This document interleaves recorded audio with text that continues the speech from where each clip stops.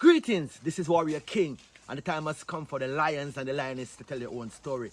This is the lion's voice. Give thanks and praise for the wonderful blessing that's been poured on me. Give thanks and praise. Jah use a yet an instrument to set the people free. Jah give her the powers to chant. Jah give her the powers to chant. Ras Tafari, the lion's voice. Big up. The fittest of the fittest shall survive. My people, open your eyes. Wake up. Blessed love, this is Queen Omega representing for all lions and lionesses. With the lion's voice, we come to tell our story. Ras Tafari, live it. Hey, the lion's voice. Ras Tafari. It's AWTITUDE representing for Lion's Voice. Yes, massive. This is the time for I and I, the lion, them to tell I and I story, our story. Yes, and we reign and rule like this. Reign and rule, yeah. Selassie, I reign and rule. You can't take the lion vibes, people. If you no fool, cause we know Selassie reign and rule. Reign and rule. Selassie, I reign and rule. Queen Omega drop them in the fire, pull from them, no Queen Omega, she reign and rule. Royal Kushite, ancient essence, Emperor Selassie in a majestical presence, clash of all sevens, projecting through I and I events. We sing a song for the king, we bring joy and blessing and understanding, yeah. We hear Jah every day. Reign and rule, yeah. Selassie, I reign and rule. Yes, I lion vibes, Selassie, I reign and rule. Attitude to that. Boondocks, Black Organization of Noble Diplomats optimizing expressions to the world. Till the world, till the end. Amina, the time has come for the lioness to tell our own story. No surrender, no retreat, we are Jaja soldier. Rougher than the streets, tougher than a boulder. Bigging up Lion's voice. Now put it, I Johnny for said that. Yeah, David Dread of Steel Pulse, and I'm saying hail to Lion Voice because it's time that the lion have its voice, have its own story. Says I'm stepping out here, hear me now. Yeah, the lion's voice. Raw.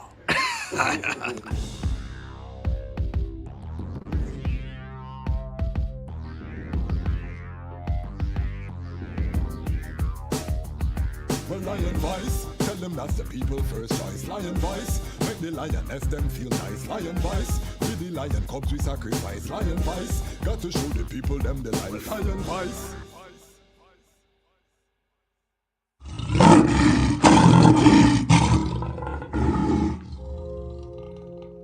Well, Haile Selassie the first of the Almighty, and this is the Dejazmatch Tafari, and the mission, that's the restoration of the black family.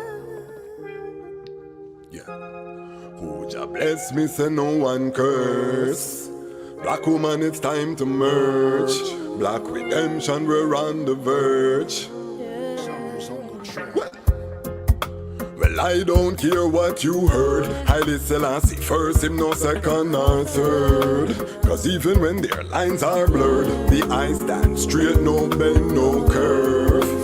And him give you the love you deserve. Him don't come fi dominate, him come fi serve. Showed us the way home, I live his words. But I can't do it alone, so black woman, let's merge. High tall, sip and herbs, we merge. Massage fi calm her nerves, we merge. Together all demon purge, we merge. Another family emerge, we merge. We spoke and no speech was slurred, we merge. We agreed that Babylon's absurd, we merge. We had pain, now we feel cured, we merge. Hail the king, now she conquered.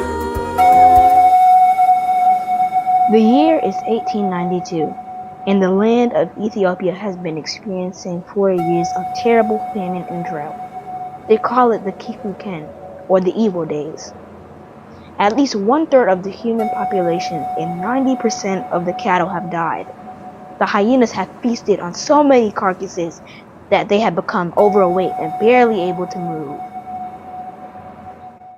Just when the people could take no more of the evil days, a woman named Wasiro Yeshimabet is giving birth in a place called Erjersa Gora. This is her 9th attempt to bring forth new life. Her previous 8 attempts only resulted in deaths. Will this child live? Thankfully, a healthy baby boy is born.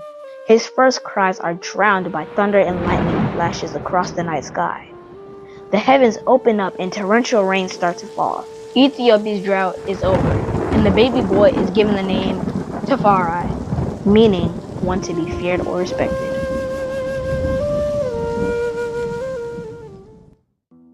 Ras Tafari's father, Ras Menen, is a very important man in 1892 Ethiopia. Although he is overjoyed at the birth of his newborn son, he cannot spend much time with him. Ras Menen is the governor of Harar and must get back to the famous walled city to deal with its affairs.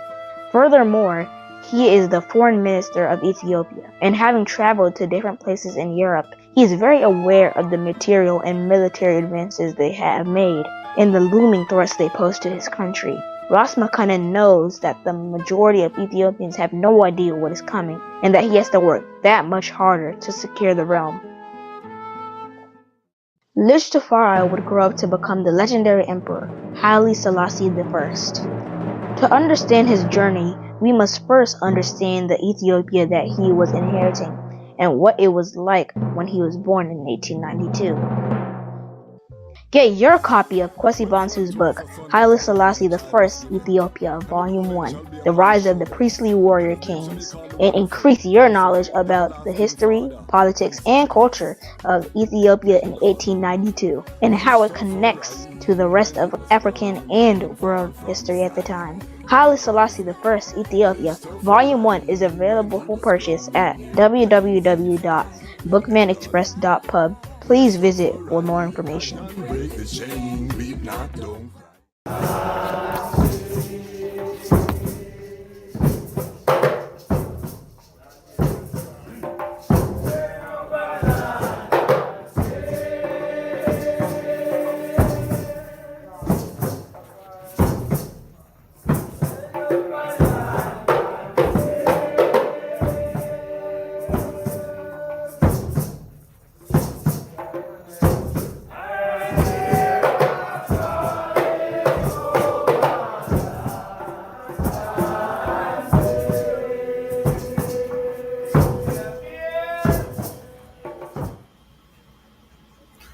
Greetings in that divine name of His Imperial Majesty, Emperor Haile Selassie I. Glory and honor in the name of his chosen queen, Empress Menen. My name is Kwesi Bansu, aka the Dejazmatch Kwasi, aka Ras Kwasi, aka the Reading Ras, aka the Pan-African Happy Man. I'm a creative industry attorney, I'm an artist, I'm an author, I'm an actionist, and right now I am the host of Lion Talk Live. Welcome to the Lion Voice Network and welcome to Lion Talk Live, where the lions and the lionesses are telling our own story. We have an exciting show tonight. Today, family, is the anniversary of the union of the Dejazmatch Tafari and Princess Menen. We're going to go into a love story for the ages tonight. I'm so excited. We are also going to talk about marriage, the institution of marriage. And I did a Lion Voice, our last episode. If you haven't seen it, check it out on the channel. We talked about the institution of marriage, Empress Menen, thoughts on marriage, when should a brethren get married. We touch all of these topics. So if you haven't seen that one yet, go forward and check the archives. If this is your first time watching the program, welcome. We've had a huge influx of subscribers. The Lion Pride is growing. We are fast approaching 3,000 subscribers. So if this is your first time watching, you're new to the Lion Pride, I'm saying welcome. This is your place. This is where like minds are gathered. This is high level Ras Tafari, unapologetic reasoning, Pan-African reasoning. This is the uprising, the platform where we're bringing the workers in the vineyard to the family, and whether they be creative artists, whether they be professors, whether they be chemical engineers, whether they be doctors. We have the whole gambit, grassroots, no matter what spectrum, as long as they are workers moving us forward. This is the platform where we gathered, and this is powered by the Lion Pride on Patreon. So if you subscribe, you are part of the Lion Pride. And if you see the value in what we're doing, bringing Rastafari to a global audience, elevating the conversation, being that connective tissue, if you see value, then join us within the Lion Pride on Patreon. We have 13 fire angels from around the world that are investing monthly to ensure that the program can grow and develop. We were at 18, we lost some. This is part of being a creative, perseverance, patience. We have to refine what we're doing. We can't blame the audience. We have to refine what we're doing, and we have to continue to strive. But I just have to give thanks to all of the Lion Pride on Patreon. And I know so many want to support. It's Armageddon. We're living hand to mouth, a lot of us. I see even in my Patreon, we get declined account sometime. That's the reality of where we are. No judgment. And then people come forward. We're a family. That's how it is. But as I said, I always have to acknowledge the Lion Pride on Patreon because they see the vision where we're taking this Rastafari independent, non-aligned media. We want blockbuster films, we want animation, we want news programming, we want sports, we want Rastafari, everything as it relates to positive content and our worldview. And it starts here at the Lion Voice Network. Big up all of the other Rastafari on the front line. We'll be interviewing a lot of them here who are in the media space. So if you're not subscribed, become part of the Lion Pride and what we're doing here. Big up everyone on the Lion Pride. I have to big up Ras Lidge, Ramia King Design, our sponsor. When you see me sipping my water, this is a Rastafari business. You saw the advertisement at the beginning.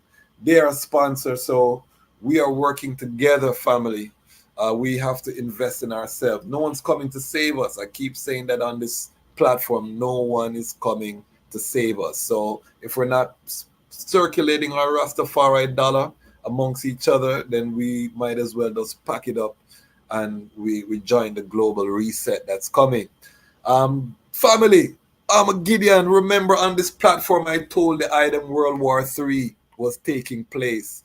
We have just witnessed 2 assassinations that are potentially going to throw the world into chaos. We are watching, waiting for the response from the Iranian government, from Hezbollah. But I told the item here because of what our elders had told us. This is a prophetic time. This is not going to stop. This is not going to ease up. Are we prepared?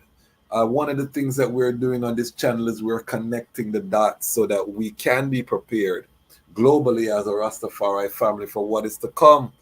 Because dreadful times are ahead. If you think 2023, if you think the pandemic was rough, family, rougher times are coming. The whole world plunged into darkness because of greed and this global agenda, this globalist agenda. So I have to be prepared, and the Lion Voice Network, Rastafari Media is key so that we are getting out our own, because censorship is real. We have a strike on this channel because we talked about, something related to COVID. So anything that doesn't fit the central narrative is being screened and filtered. So again, just become part of the family, and we are going to continue to build. But I just have to take the time to give thanks for everyone who's supporting us. Hundreds of people watch the videos. Big up everyone who, we have over 1,000 views on our Norseman video, over 1,000 views now on our Queen Omega video. So I really give thanks again for the support. I'm humbled to see the growth of the platform. You know what I mean? Ones may not watch live in the moment, but literally hundreds of people tuning in. And I think about seeing that in a room and what that would look like. 1,000 people is not a little bit of people. 500 people is not a little bit of people. So we're humble. So I want to take the time to acknowledge. And the Ubuntu Lion Pride, we have two brethren. If you're not, you don't want to do the monthly subscription, you can do a one-time donation. If it's over $50 US, then you become part of the Ubuntu Lion Pride, meaning, you give when you can. Maybe you don't have it, but you want to be part of that change that you want to see. So we have the Ubuntu Lion Pride there as well. So big up everyone, each and every one of you who is supporting. All right, so we have Seabass Life. Can't forget the Iras. Will big up yourself, the greatest Seabass drink in the world. All right, so we're done with the housekeeping. Now is the exciting part where we bring forward our guests for the evening. I am going to proudly say tonight that Lion Voice Network, we have a repository of the most Rastafari PhDs anywhere in the world. I'm going to say that tonight. I want someone drop a comment if they can prove I wrong. And tonight we have one of our doctorate level scholars who's going to give us a context for this reasoning as we celebrate the 113th wedding anniversary of the Dejazmatch Tafari and Princess Menen. We're bringing in a heavy hitter, someone who has been to Ethiopia, done research, put her hands on Empress Menen archives, wrote a book, and I want everyone to purchase this book before the end of the program, the Empress Menen Chronicles, and you can go to the website, Empress Menen Chronicles. We'll put it in the chat.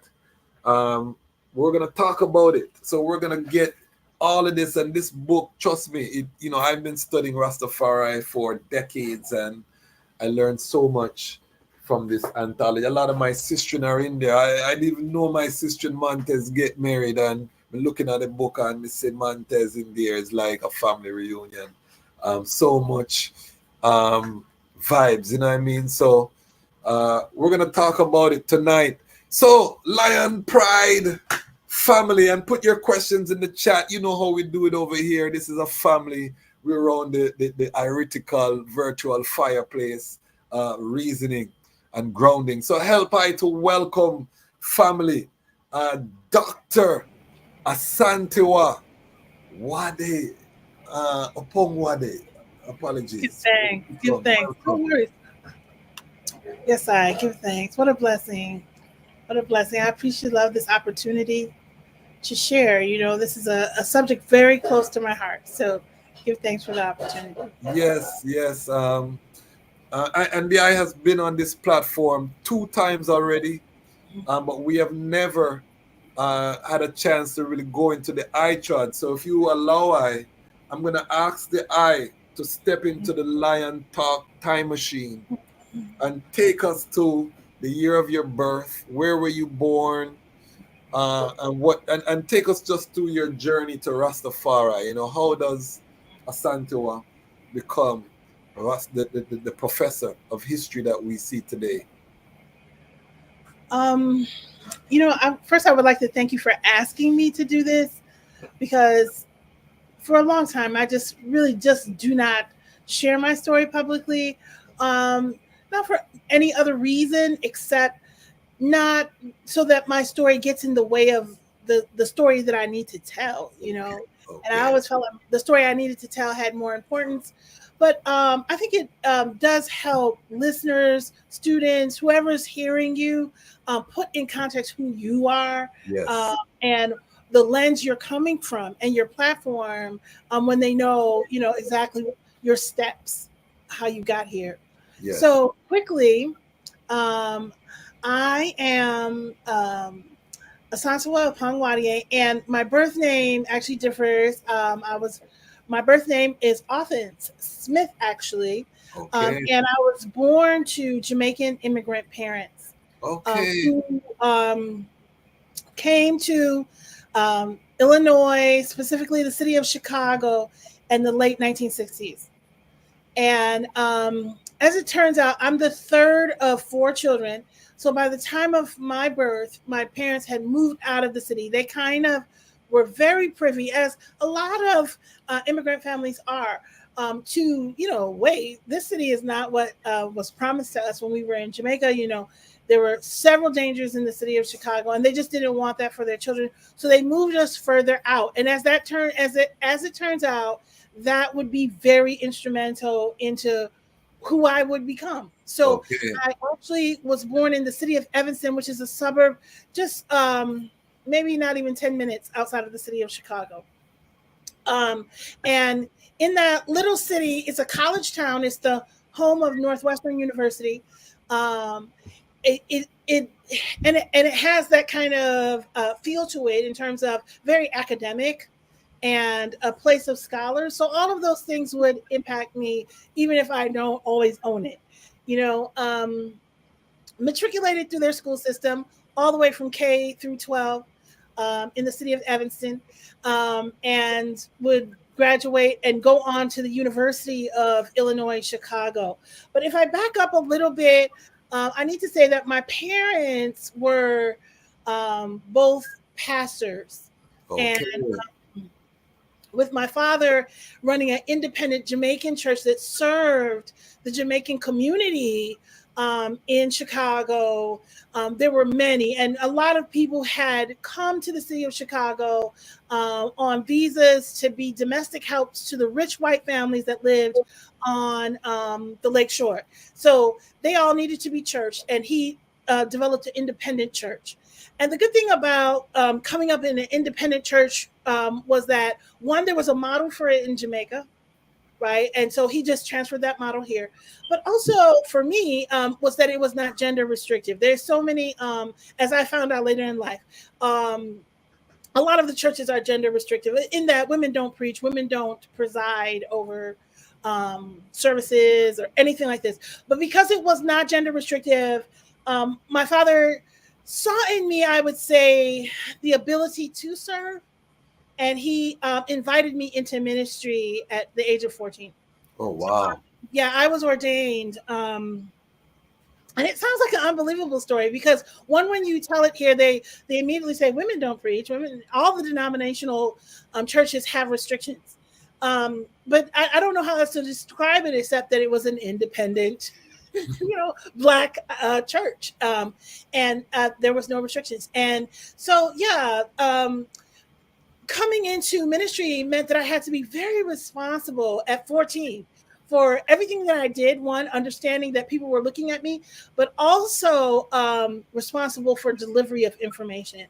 And so he really walked me through kind of the basic skills that I still use. That is how to go through to the text, anything that they were using, usually from the Bible, and make the text speak to you, and then bring the text to the world in a new way with a new vision. So that's the basic skills that we still use as professors. It is going to the text and lifting the lecture out of the text. So I was in the church, and the church was my life. Wow. There would be no reason for me ever to even dream about leaving that church. That explains so much, because your delivery is very you have that delivery, that captivating delivery. So now I am connecting the dots. I didn't know that you were from my homeland of Jamaica either. So my eyes are open. But continue. Go ahead. Yeah, and so my students say that all the time. Oh, you were a preacher. I get it, right? So yeah, it was that you use words to reach people. You don't leave words just sitting there. Words have to be infused with a spiritual power. That was basic to the Pentecostal experience that I came up in. But as I was saying, I was so enmeshed in the church that it would take something as serious as our family coming undone and divorce, all this, to get me to recognize that, whoa, we might not have all the whole truth, because I felt I did. I would probably still feel that way. You know what I'm saying? That I didn't have all the answers. And so Okay. 18, I started looking elsewhere, you know. I had formerly left the church, which was very difficult. And I started looking elsewhere. Like, what else is there? Mm-hmm. You know, if the church ain't it, right? Wow. And I ran into so many at the University of Illinois Chicago, you know, flyers come out, Black concerned students, you know, Black students for a cause. And, you know, eventually I said, you know, I'm gonna stop skipping these meetings and just go. Yeah. And I went, and I had a travel buddy who used to travel the train with me. We used to commute together to school. And she was like, I'm not going. I don't believe in that. But I was so firm in my mind that I was like, I don't need your company. I appreciate you, sis, but I'm staying, right? Yeah. And that would open the next chapter of my life in terms of becoming a Black nationalist. Okay. Because they were a study group and they studied Black nationalism, all of the authors. And we met like 3 or 4 times a week, and sometimes informally. In addition to whatever you're working on, you know, for school, we were deep into the text. Aikwe Armah, you know, John Henry Clark. We could just go on. And Marimba Ani. Okay. And there was a conference being held on the campus of Howard University that we learned about, and we were like, whether we beg or whatever, we're going to have to go, you know. And we went. 3 of us went from Chicago, and that was life-changing to meet Dr. John Henry Clark. Wow. He was at that time blind, but still just so awesome. Dr. Anthony Browder, Dr. Marimba Ani, from Chicago, Dr. Anderson Thompson. I mean, all of these people who we had read, we were able to meet them. We were able to ask questions. And I remember them saying, you know, the PhD is your passport. That's how you're going to get to the next level. That's how you're going to get where we are so that you can teach and talk to other people. Okay. And just get it. It's your passport, you know. And so that was the first kind of seeding of, you know, go ahead, study, finish. But as I got into grad school, you know, it didn't feel like a passport. It felt like a prison. I was at Northwestern, which I don't know. But this year, a documentary came out called Shame of Chicago, Shame of Nation, that really explores Northwestern's role in racially segregating this whole country. So this is not a minimally racist institution. And there were maximum obvious, reported, known racist ideas coming out of this school. And it could be felt. Wow. So for a while, I actually stepped away from studies and, you know, took a break. And so after graduating undergrad, I got involved with a program called, the name is escaping me right now, but it was a program to get more minority professors into the business of being ready to be a professor and eligible and applying for positions. And so, you know, it was a great program. And, you know, they paired us up with a professor. We could look over their shoulder. We could see how they research. We could see how they present papers. This was very eye-opening. But the biggest part of that program was that I met a gentleman named Marvin. Big up to Marvin if he's listening. And he said to me, he was like, Africa is where it's at. My mother has gone, and I have an opportunity to go through Temple University. And I was like, oh, Marvin, that's awesome, right? Mm-hmm. Everything I had been studying was leading me to this point where I did want to go to Africa. Yes. And he gave me the application. He started the process for me. And I worked through Temple University's African American Studies program and got accepted in the program and ended up in Ghana in 1995. Well, yeah, my world was opened. You know, before leaving, my mom, her sisters, my grandmother, they were like, listen, we've seen the starving children in Africa, you know. I don't want you to be hungry. And I just remember my grandma using duct tape and duct taping the peanut butter jars because she was like, if you don't duct tape them, they'll break in your suitcase. You know, she said, I'm going to duct tape this. If you're hungry, just have a spoon, you know, have some of the peanut butter. And she was so concerned. They were all so concerned, but it was obviously, you know, breaking these generational curses and breaking generational negative patterns of Yes. negatively about Africa. It was necessary for me to go.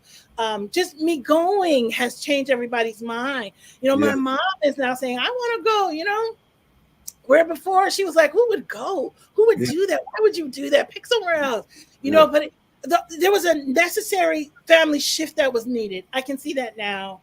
And once in Africa, awesome, awesome. We were students at the University of Ghana Legon.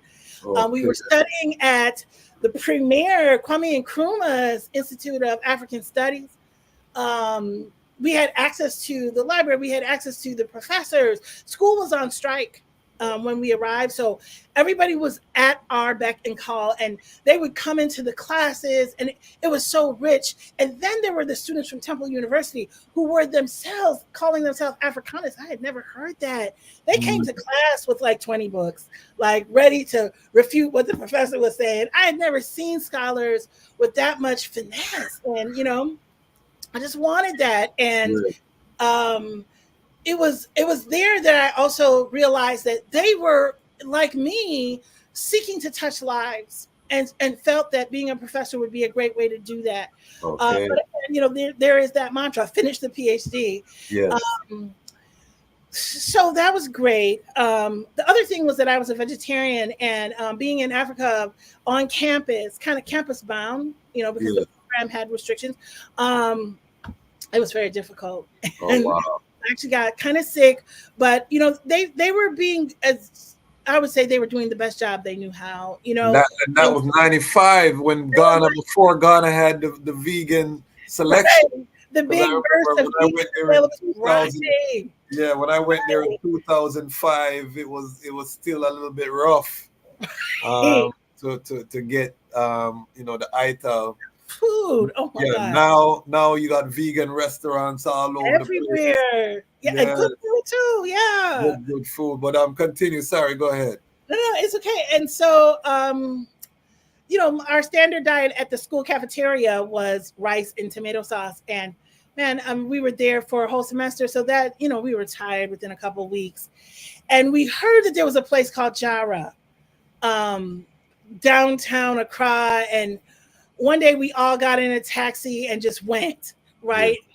But it was far. It was far. But it felt far from the campus. But the food, the Ras Tafari vibrations. I mean, he had pictures that I still have, you know, that I purchased there. You know, we just couldn't believe it. And I was like, Jamaicans in Ghana, you know, like it was confusing. But they were like, yeah, and then there's more of us. If you go up into the hills, there's even more. Like I was like, wow, you know what I'm saying? Anyway, it was a great experience, but you know, maybe something we could have done maybe once or twice during the trip. Yeah. So, you know, I didn't get to repeat that, but while I was on campus, the sister that traveled with me from Chicago, she told me, she said, you know, there are Ras Tafari brethren in Commonwealth, the male hall, the male dorm, who cook every night, and they are so open. They share the food, and you know, you should go if you rather than struggle, you know. Yeah. What am I gonna look like going up to the male dorm? Being like, hi, I heard that you all do that. I heard you guys are bubbling. Right. But eventually I would say that, you know, the hunger got the better of me, and I just went up one evening and, you know, essentially said hi. You know, I heard that you all do food, and they were so kind. And they were so open, as you would expect Ras Tafari people to be. Yes. And the chef that evening was the person who would become my husband. I didn't know that. Oh, wow. I was going to ask, is this where, because I'm waiting for the love story. Right. Yeah, I didn't know that. And, you know, as they're sitting around and they're cooking and, you know, waiting to share the food, they're also giving teachings. And the teaching was part of it. You know, the food was maybe the draw. But they're giving teachings, and my mind was closed. I already know everything. I'm a Black nationalist, you know, and they would ask important questions like, you know, for what nation are you a nationalist? And I thought America. Wait, that's not right. What nation? I didn't know. You know, and so you identify as a nationalist, but for what nation? That was a real important question. Yes. And I remember saying, you know what? I'm gonna go home in a couple weeks anyway, and they'd be like, "Home? Where's home? Are you saying home is Chicago? Because that's not a home. There's no home there for Black people." It was a shift because I had never heard Rastafari teaching before. My parents were diehard Christians. Yes, You know what I'm saying? yes. Side story: my father's sister, my father's aunt, had 7 boys. Each of them died in infancy, and he tells the story that she was so happy when Rastafari really started to pick up in Jamaica, because she said if any of those boys had lived, at least one of them would be Rastafari, and that's how much she hated it. Like, we do not want that in this family. So I already had barriers to learning the information, and I remember my husband and others at that time saying, "Why don't you humble yourself? Why don't you listen? Why don't you learn?" But I was so resistant to the information, but kept going, for the food and the vibe. It was a nice vibe. But they left a lot of serious thoughts with me, and really before the end of the trip, I felt like I could stay here. I could just work. Why would I go back home? And my mom, I talked to her on the phone. She said, "Listen, they've written you from Northwestern. They said that you have a full scholarship. Come back, don't, I let her persuade me. Yes. I came back, but my heart was in a different place. Like, why would I even be at a theological school, which was what my first master's degree is in theology? Okay. Why would I be here? Why am I doing this? But Northwestern University brags that it has the largest collection of African books in the world in the Herzkovitz Library. And that was my home. I situated myself there. And I mean, shelf after shelf on Rastafari. Wow. And I immersed myself into that literature. That was really, I hear one saying that, they reasoned, they met this elder and that elder. That wasn't really my path in, My path was really the research, on the research end. And baptizing myself in the books. By the time it was time to write the master's thesis, they told me I needed 100 sources to even present a paper on Rastafari. And I said, no problem. I've got over 100 sources. I've got over 100 sources. And I made the list, and they could say nothing. They could say nothing. They themselves weren't aware that there was so much out there. But at the same time, I identified problems and gaps, and perhaps we can talk about that later. Yes. But I wrote the paper on the spirituality of Bob Marley's lyrics, and that was it was great. My heart was open now. I wasn't in a stubborn place anymore, Yes. So at this time, were you natural? How were you dressing? How were you moving through earth? Right. Well, so journey. The Black nationalist movement really promoted us wearing African clothes and wrapping our hair. So I was already doing that. Okay.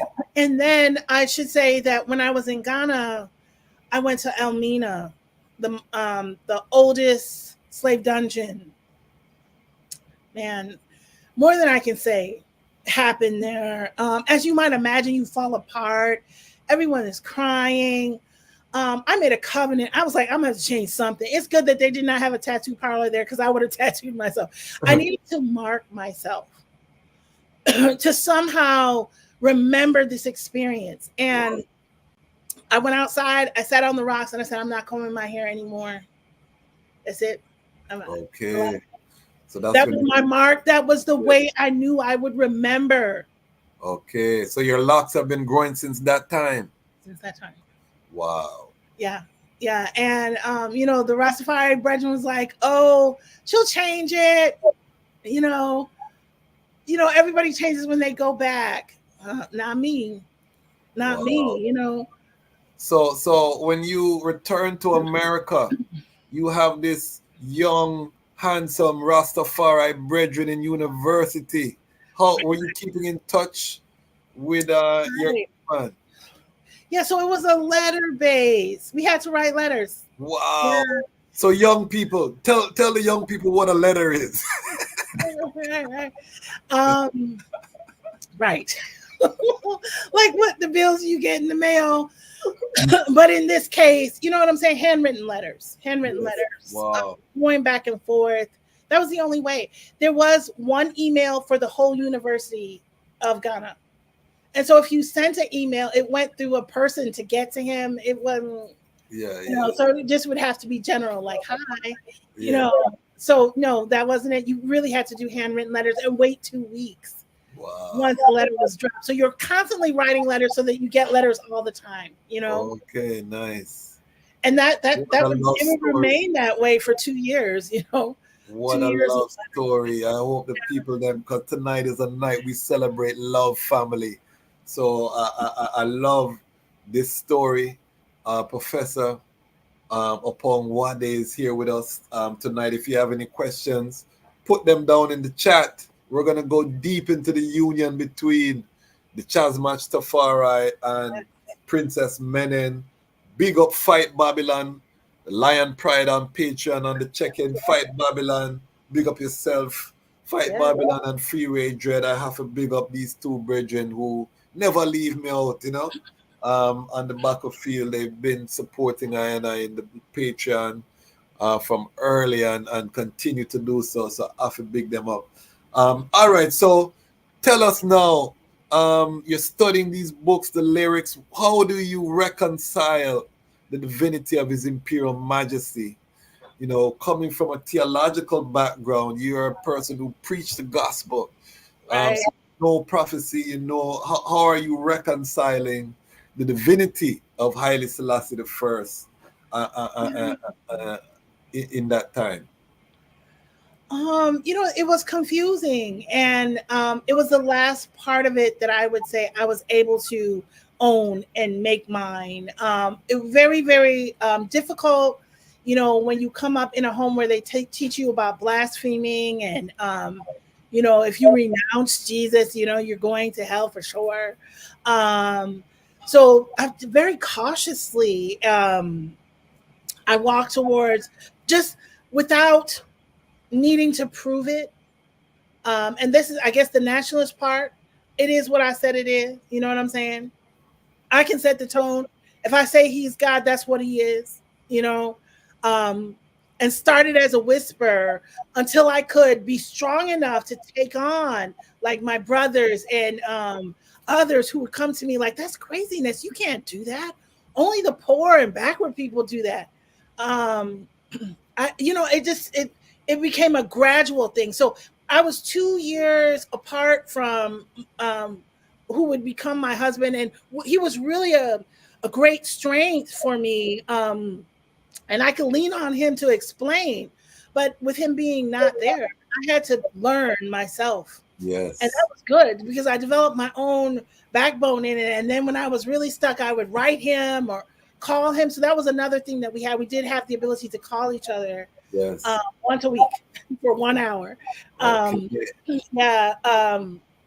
I could ask him, and he would always have the answer, and he had read some of the same books, so he would reference me on where to look to find answers to my queries.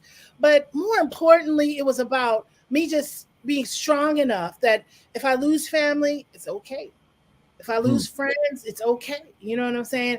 I was hungry for something, and I had several dreams about His Majesty. That's the mystical side, things appear to you. But just more and more, I got clarity on the divinity of His Majesty and was in the tribe now. And by this time, Ras Tafari is here in Chicago with me, and I had stopped the graduate program. I finished the master's, but didn't go on to the doctorate. And we started our family. I was pregnant with my first daughter and working as a teacher, Montessori teacher. And then I began to ask important questions like, why doesn't Ras Tafari have an established midwifery tradition? Who will be the midwife? We knew we wanted sacred birth. We knew we wanted to be the first hands to touch the child. We knew that we wanted our voice to be the first voice the child heard. We knew that we didn't want any separation of mother and baby. We knew that the placenta was very important to us, that, that wasn't, we didn't want the hospital to take control of that. All of those things were important to us, but how do we do that? In the Ras Tafari tradition, where are the people who are holding this knowledge? And this is really where I started to question and go deep. How can we call ourselves something that I've heard you talk about, Ras Tafari, is like, like we're creating a heaven on earth. Like, how are we creating this new world and there's nothing in here that will support birth? Birth is basic, Mm-hmm. If we're not born, we're not here, And they didn't have no answer. Nobody had any answers. Nobody had any answers. And eventually we were like whispered to go and speak to the Hebrew Israelites, which they have a big faction here in Chicago, that they established enough with their own midwives and could give us the sacred birth that we wanted. And that was 100% true. They had several choices. They didn't ask for a lot. They didn't mind us being Ras Tafari, and they weren't. They asked for permission to pray in their way when they come into the birth room, and that we could permit that. And I learned so much. Oh my goodness, about women's health, about how we just everything we had to cram into that short pregnancy, because I met her when I was already 7 months pregnant, but she started laying out, what it means to have sacred birth. And I'm like, this information needs to be canonized. This information needs to be made available to everyone. Where do we put it? Right? Mm-hmm. And how come Ras Tafari doesn't have it? Right around that time, I ran into I don't know if you remember that publication. It was like a small Jahog. Yeah. Yes. I ran into one on Empress Menen where Nana Faraika had written an article on Empress Menen. Yes. And I was like, whoa, and I like when I read that, like I knew Empress Menen was the way forward.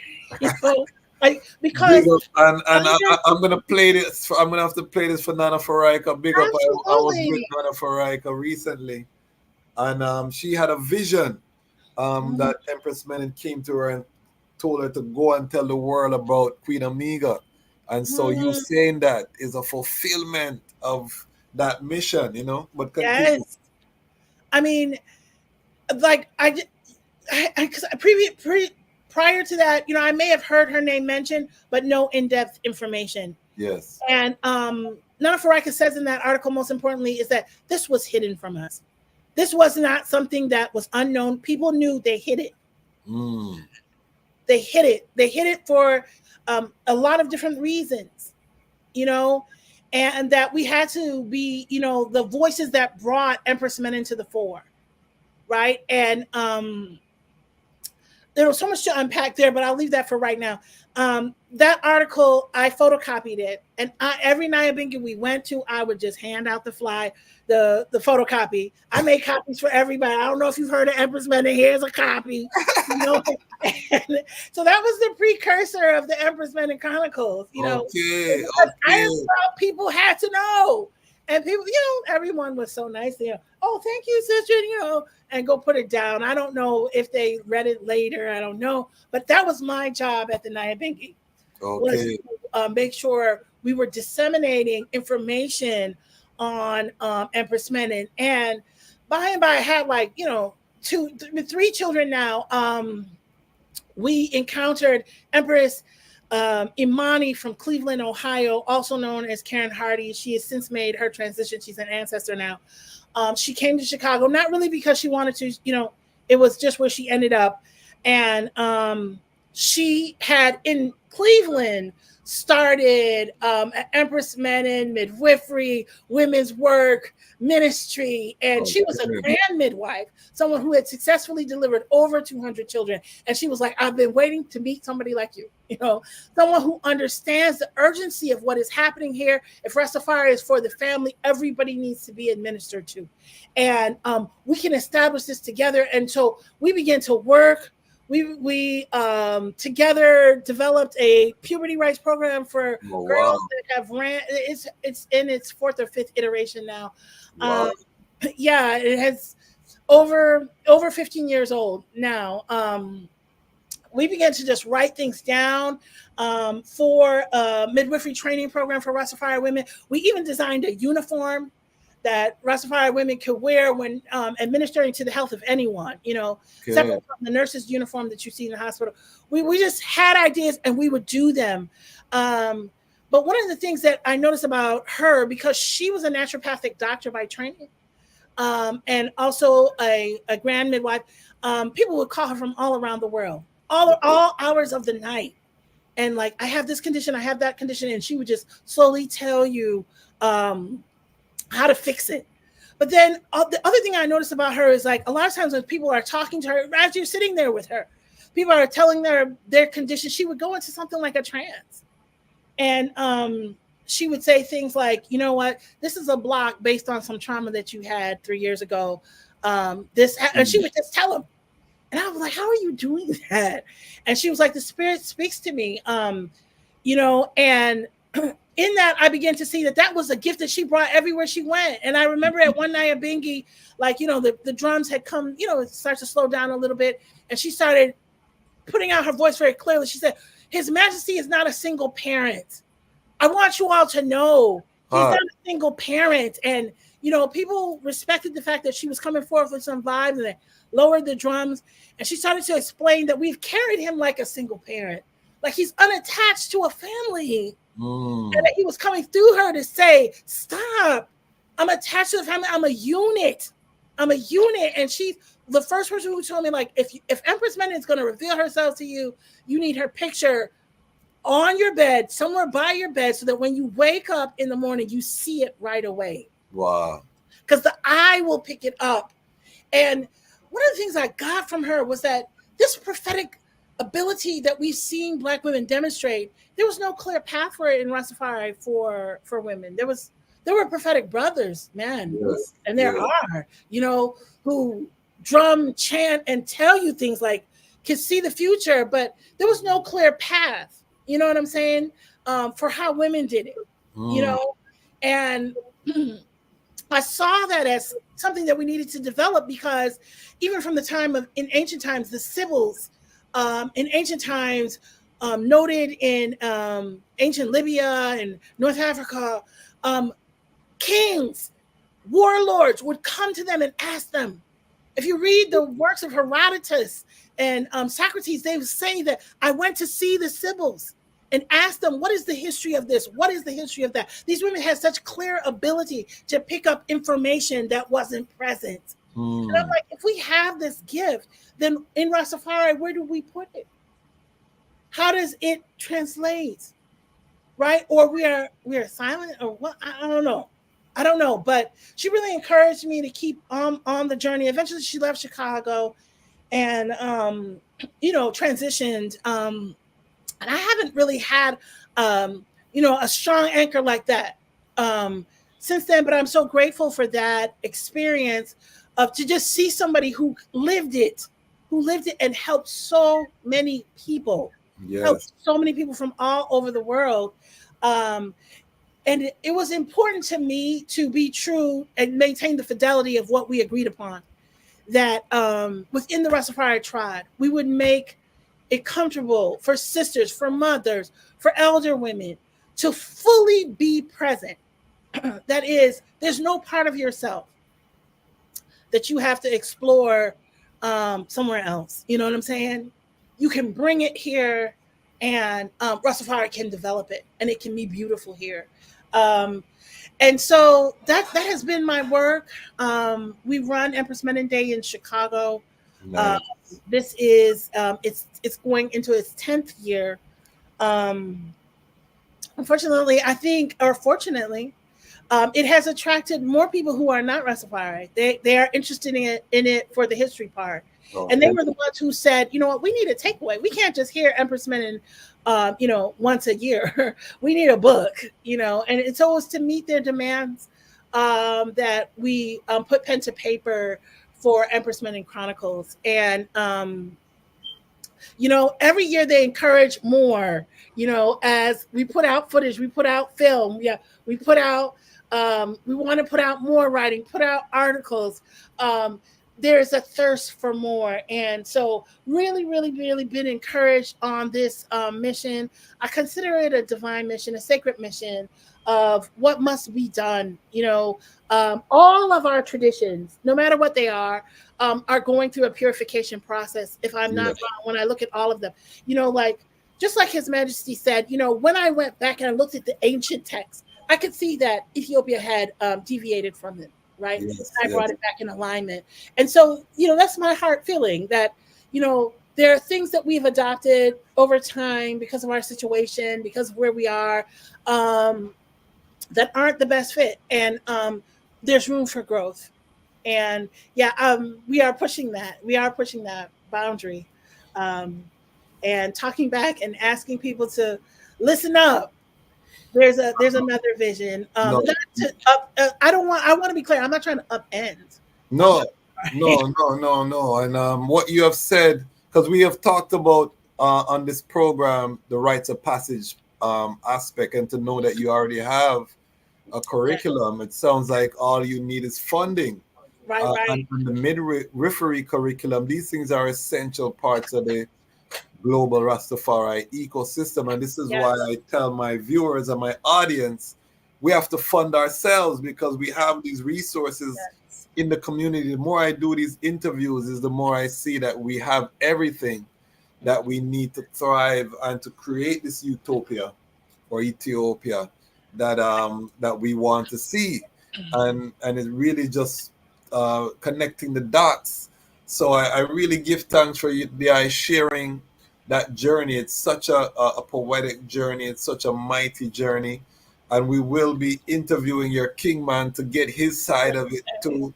Find out about the love letter them and all that. But tonight we celebrate the royal wedding. So I want to get into the topic. We have a history professor family here. I try not to disappoint the support that I have and the people who believe in and I want to bring the resources to make the day special. So I want the eye to set the context around the history. Let us step forward into the Lion Talk time machine to 1911. You can go a little bit before 1911 on this very day. What are the circumstances that leads the Dejazmatch Tafari to marry a young princess, Tege Menen, from Outer Wallo? And, granted, the Dejazmatch Tafari can have any girl in the realm, because of his station with Ras Tafari. This is one of the most eligible bachelors. He already has a child. Yeah. At this time, he's a young man. He's stationed in Harar, where he's already spent a year organizing the administration of Harar. And one of the first things that he did in Harar was to organize the military force, because he inherited a huge military, one of the greatest fighting forces of the realm, Ras Tafari's private army. One of the first things that he did was to ensure that instead of them, just going around the region and take a man goat, take a man, you just show up at your gate, which is how the soldiers did it. They're in the region, they just took what they needed.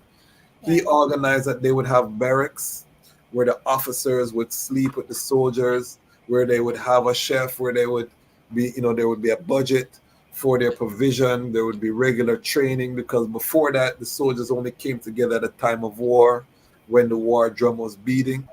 They would stay in the region, but they were kind of fending for themselves until they were called up. So the institutional structure. This is what in the age of 19 going into 20 and in 20th year, this is what a young Tafari is doing. So with that being said, I pass the baton to you. Set the stage for us of this royal union. All right. I want to say that there are several tellings of this story. And if we look at His Majesty's autobiography, he doesn't flush out his union with Empress Menen that much in it. And I would say that is because of when it was written. If I understand, he wrote this during the invasion. He sat down to have his autobiography formally put together. And so it wasn't a time where he could really, drift down memory lane and, yes, remember the sweet things. There were, larger concerns on the table. But when we read Empress Menen's biography, this is not an autobiography. It was written by a priest and later translated into English by Angelique Parnell. But when we read it, we can see that she had time. There was time to reflect. So the fullest telling of their union, when it came together, is from Empress Menen's biography. Okay. And we have to be careful, though, as we approach it, because the translator, Miss Angelique Parnell, has put in italics her thoughts, not the translation. Okay. The translation is in standard print, but her thoughts are in italics. But as you're reading, we read things straight through, as you're reading, you might conflate her thoughts with the translation. And so you have to be very careful in there. Yes. And Empress Menen's personal family has come to me and said, like, this, I'm sorry, that's not what happened. Okay. Because her thoughts are not always, I don't know. It's not always a reliable source. So be careful as you're quoting from this. Okay. She has melded her thoughts with this text, right? But just reading what is in standard print, and we know that this is a translation, so there's room for error. Yes. It is explained that Empress Menen was royalty, and definitely we saw that when we traveled to Ethiopia. Her grandfather's palace, Ras Mikhael's palace, would be the grounds of like your modern urban or suburban high school. It's that big. Okay. It was massive, and he was the king of Wollo, which is no small region. Yes. And had a fortress that's really sitting on top, overlooking all of Wollo. You could see 365 from his place. And so this underscored for us that, whoa, she's coming from a mighty family. And one of the things that various authors have written about, including Tafla, an article called Marriage as a Political Device in 19th Century Ethiopia, he has thoroughly explained that these young people who were born to these royal families were pawned almost in the interest of keeping the state together, because Wollo could at any point break away. They had, as you said, their own standing army, right? Or this region, Gojim, could break away because they had their own standing army. And so to bring those regions together, what political and powerful people did was let my daughter marry your son. So now we have a family tie in common. We won't war upon each other, you know, and that children should be born of that union. And the story is told that Ras Johannes approached Menelik II and asked him, let the same thing, let your daughter marry my son. And,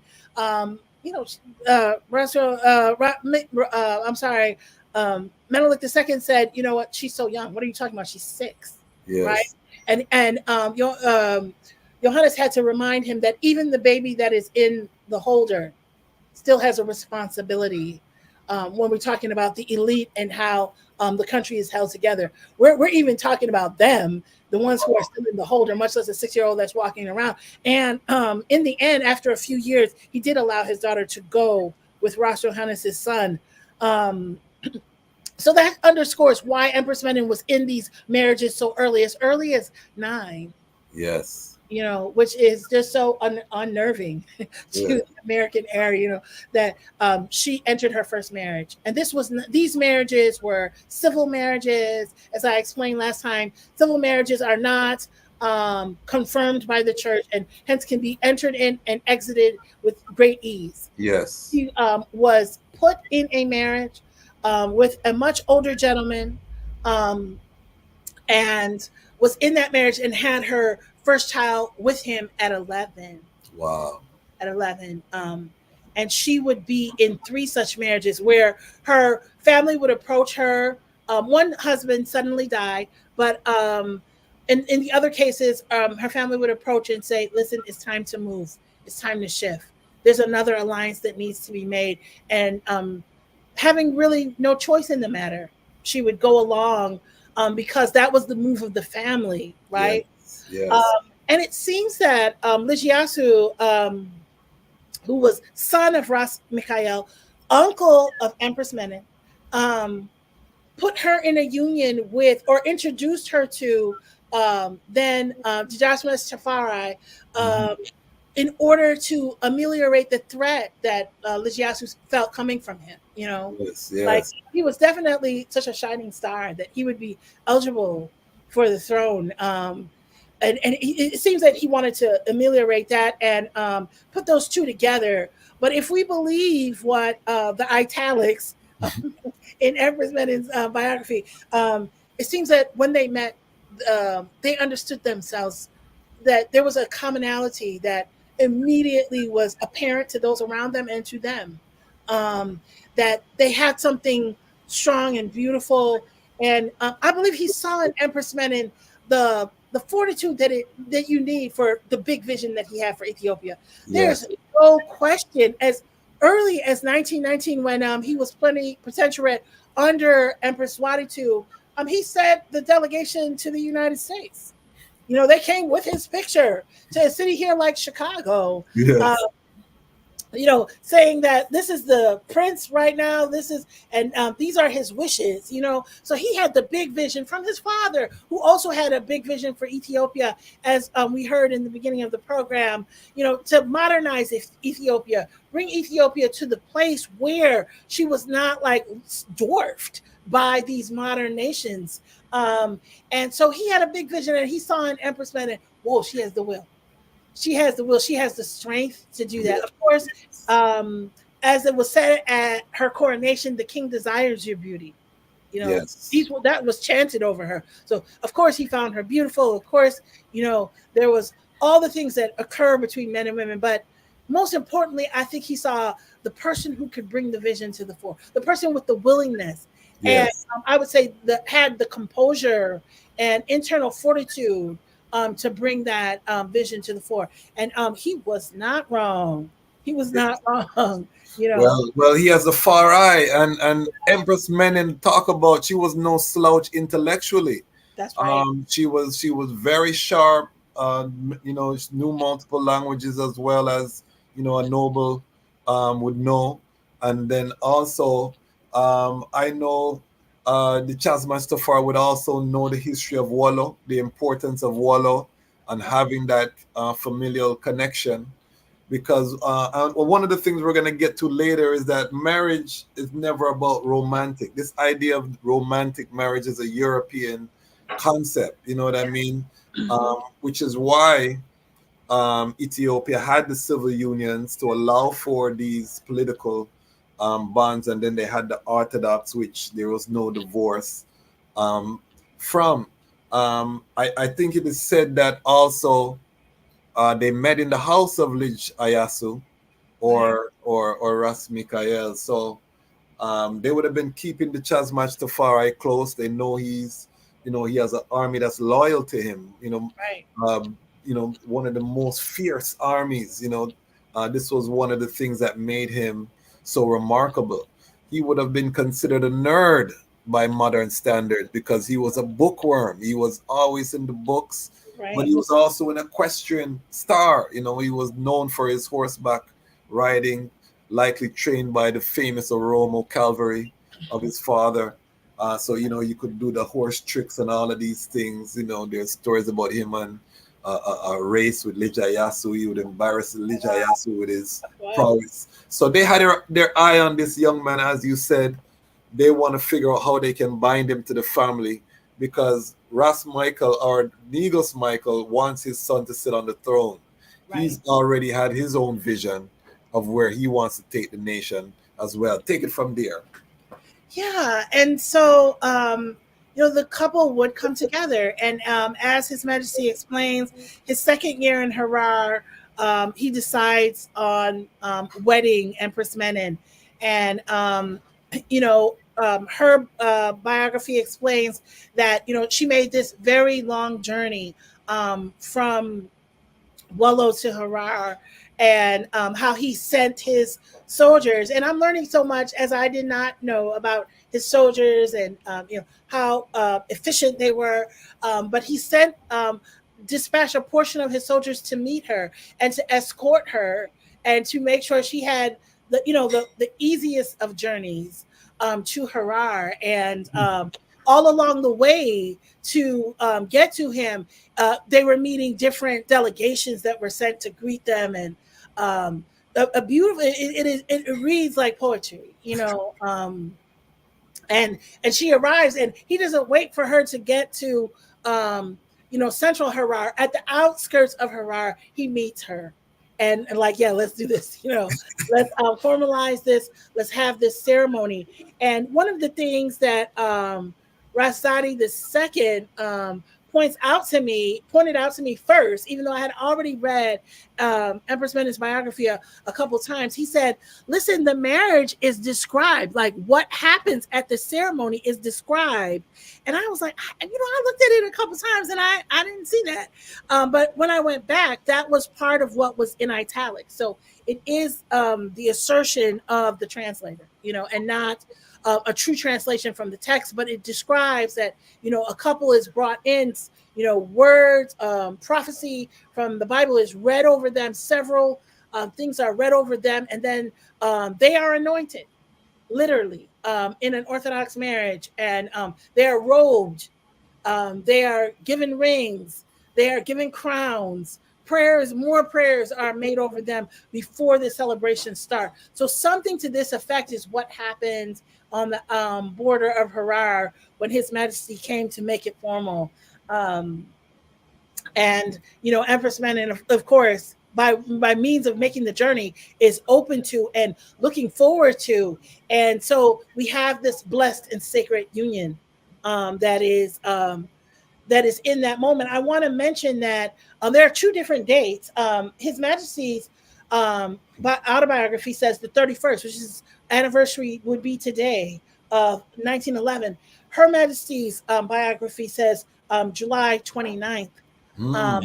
And I'm not sure, but the translator for her biography says she's aware of the difference in the date, but when they did the translation, that's what they saw.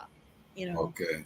So we probably would have to go and we're going to have to go back and look at these things ourselves. Yes. Because a lot of times the translators are not us and probably would interpret things differently, than we would. So we will probably have to look at that. So there's two. I know in the Empress Menen Chronicles I use the 29th, but fully aware that the 31st is the one that His Majesty, and I don't think he would be wrong, especially in that he was there in telling his own story, and someone who kept track of their life since the age of 13. I don't think he would be wrong, but I was just maintaining the fidelity of the text that he put out on Empress Menen.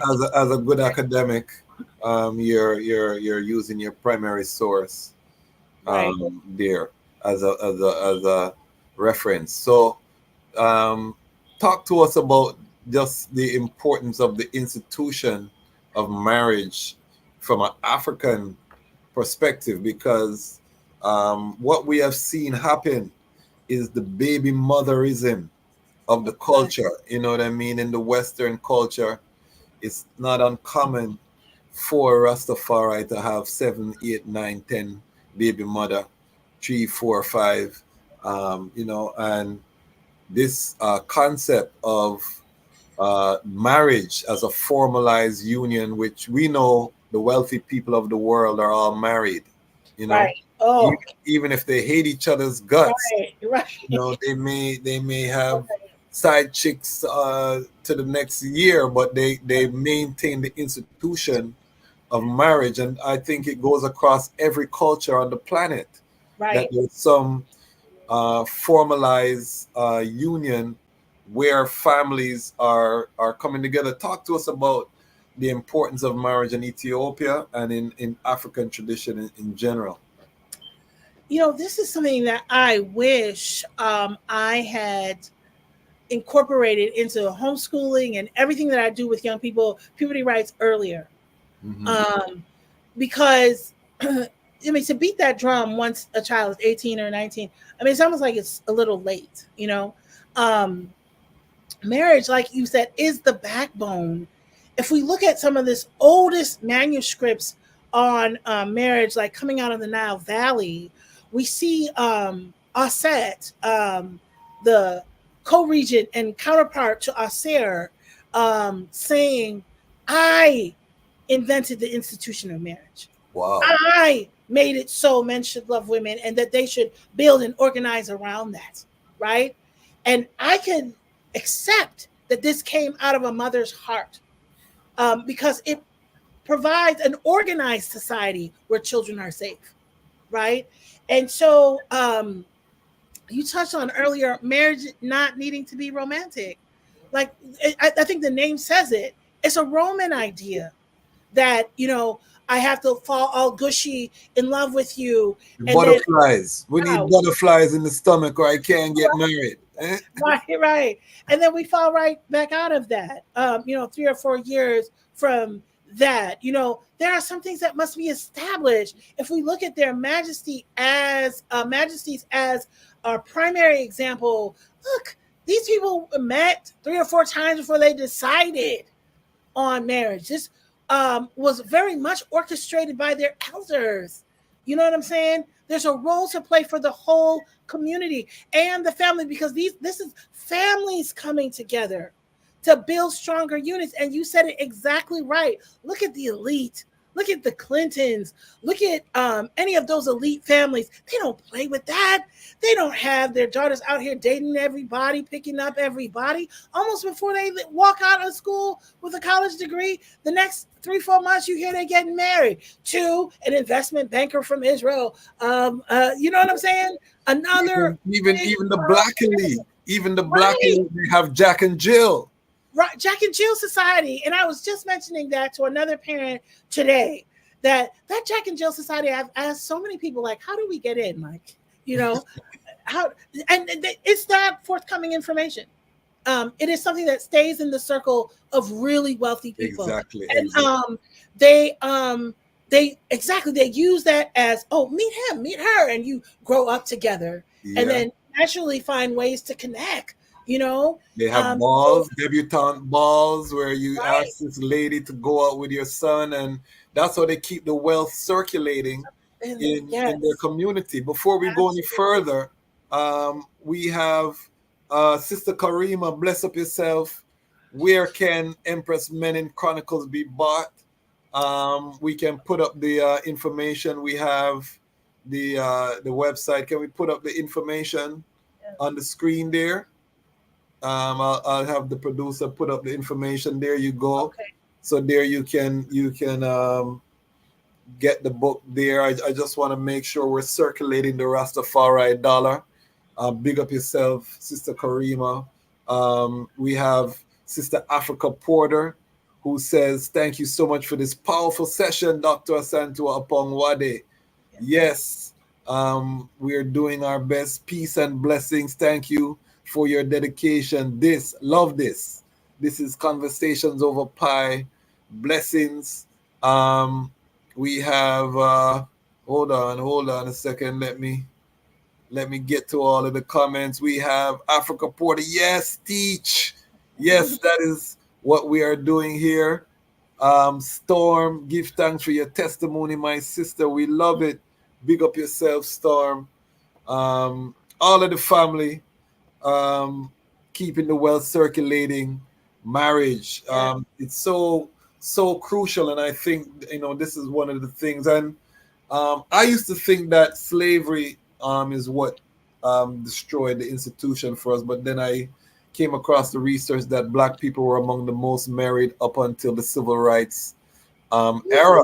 You know what I mean? So it was really a lot more recent that we fell out of this practice. So this is something that I want to bring to the force, particularly on this date. I think it's a day we need to celebrate and to make it normalized within Rastafari.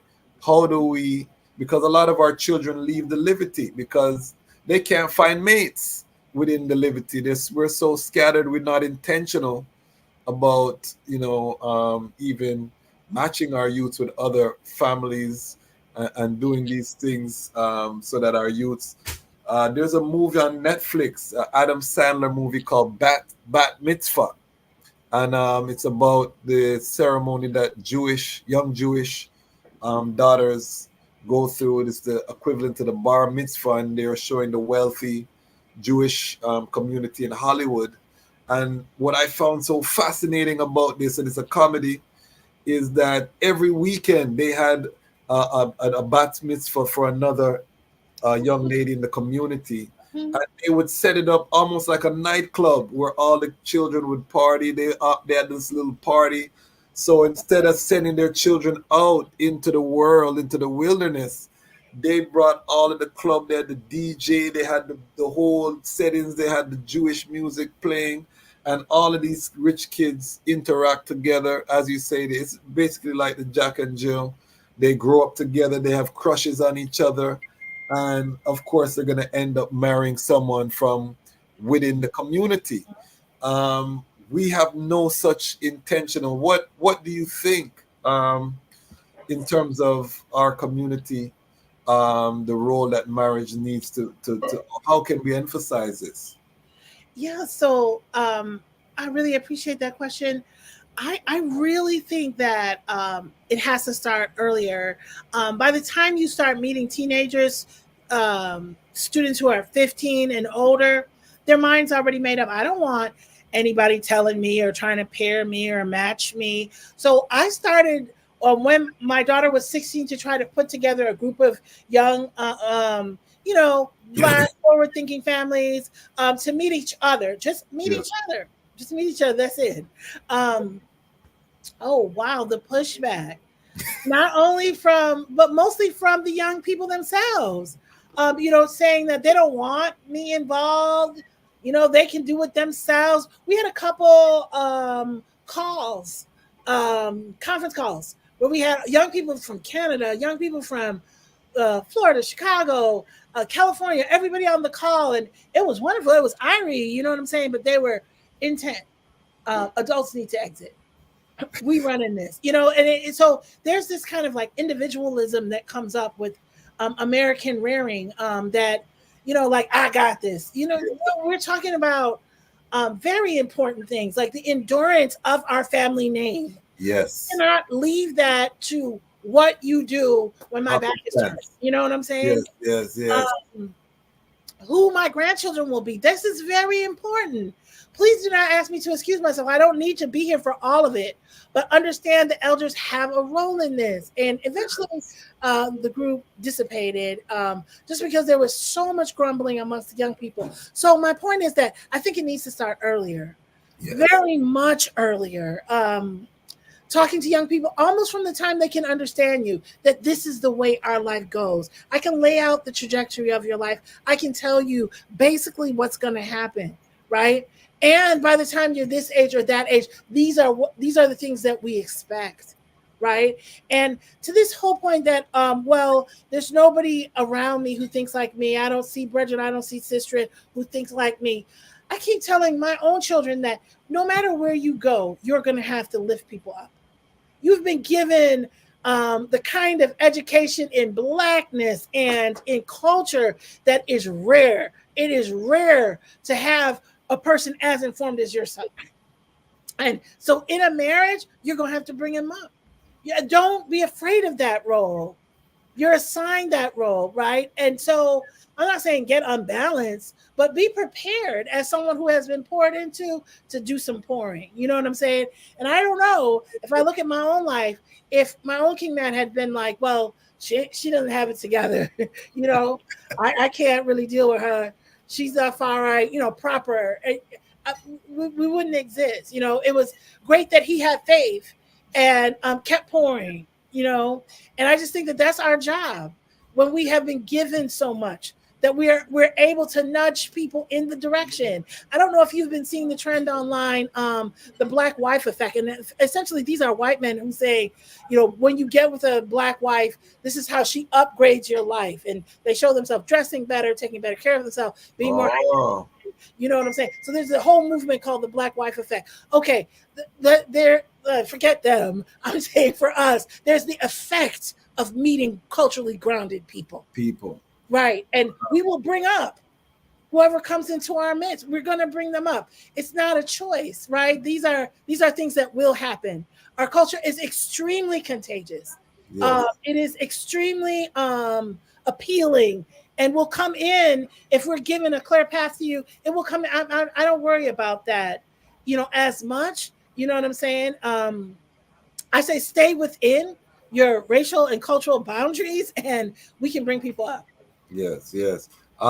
Sister Africa Porter is saying individualism. Can we teach on that part? What are your thoughts? Yeah, I got it, you know, and like I was just telling my daughter, um, you know, romantic love fails 70% of the time.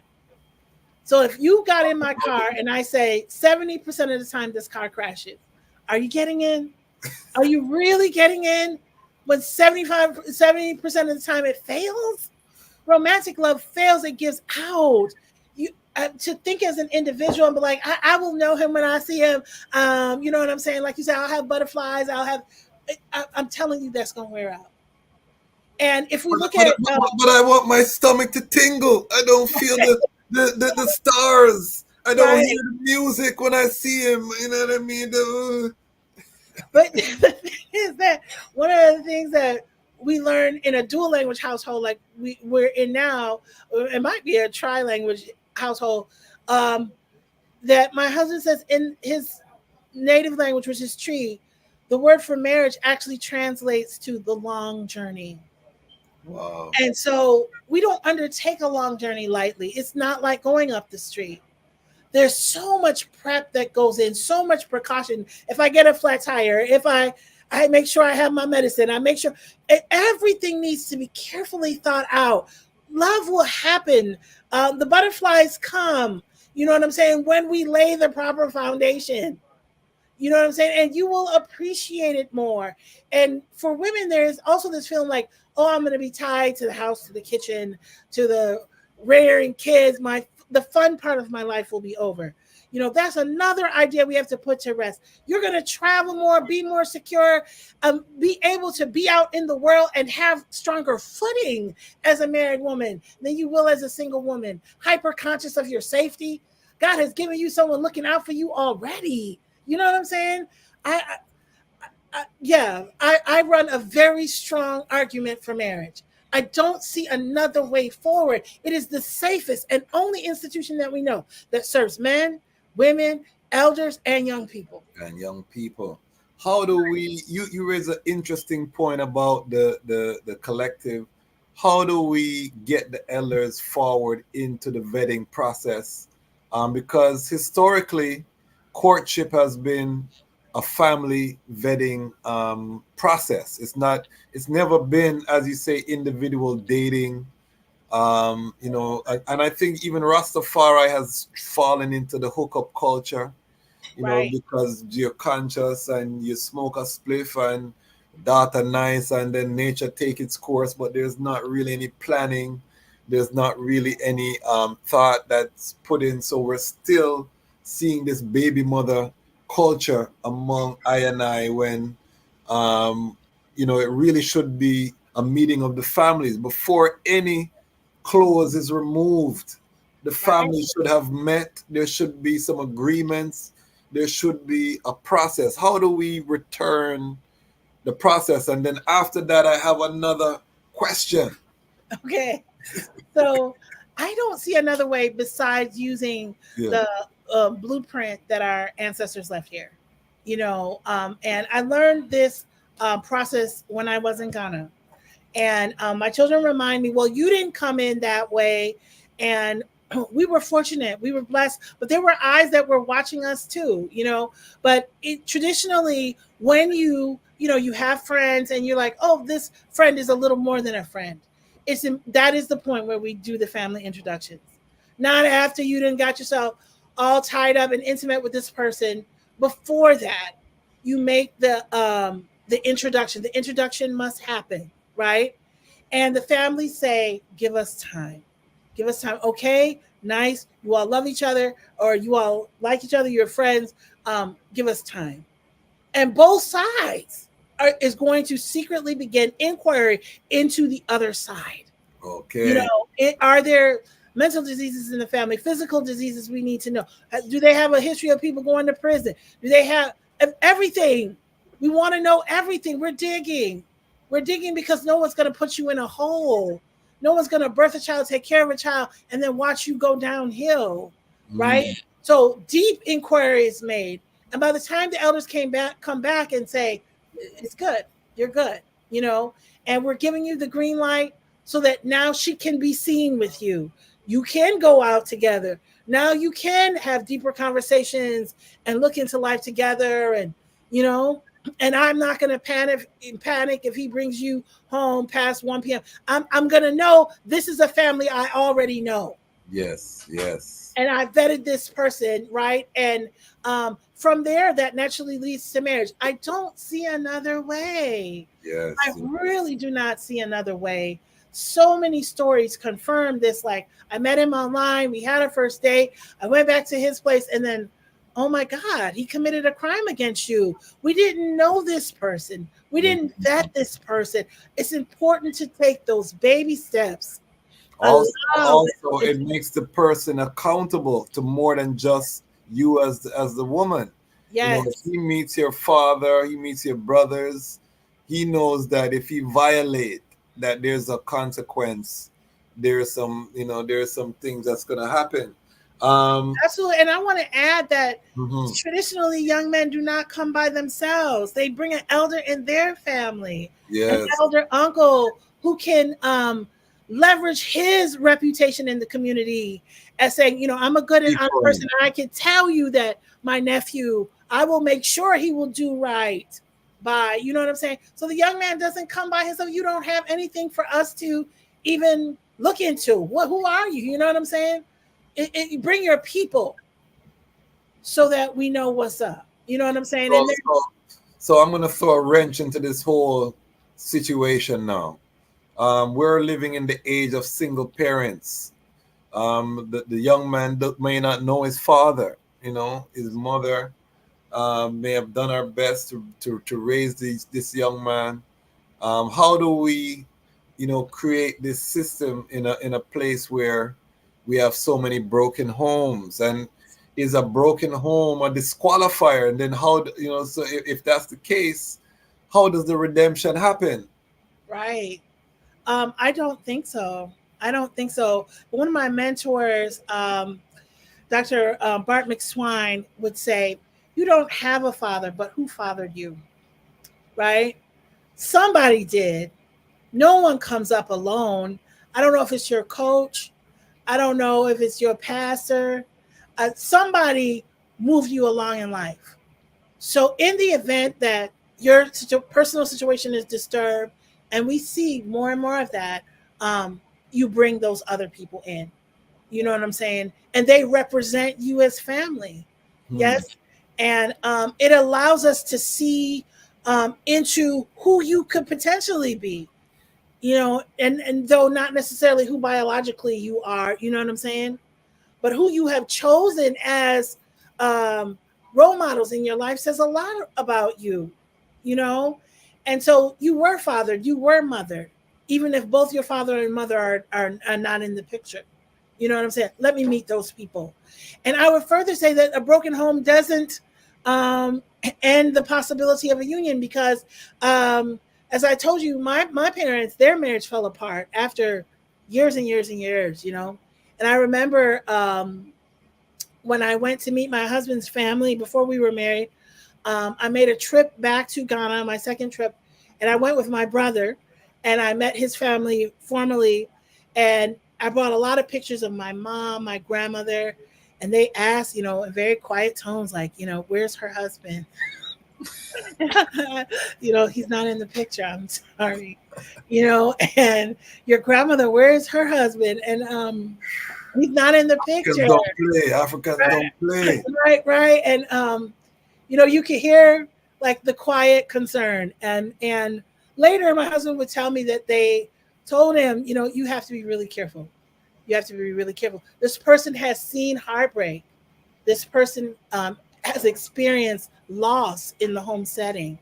You know, um, you're going to have to tread lightly. There's healing that has to happen. Wow. And you have to be prepared to come to the marriage to do that work. Right. And, you know, of course, the American person, I don't need no help.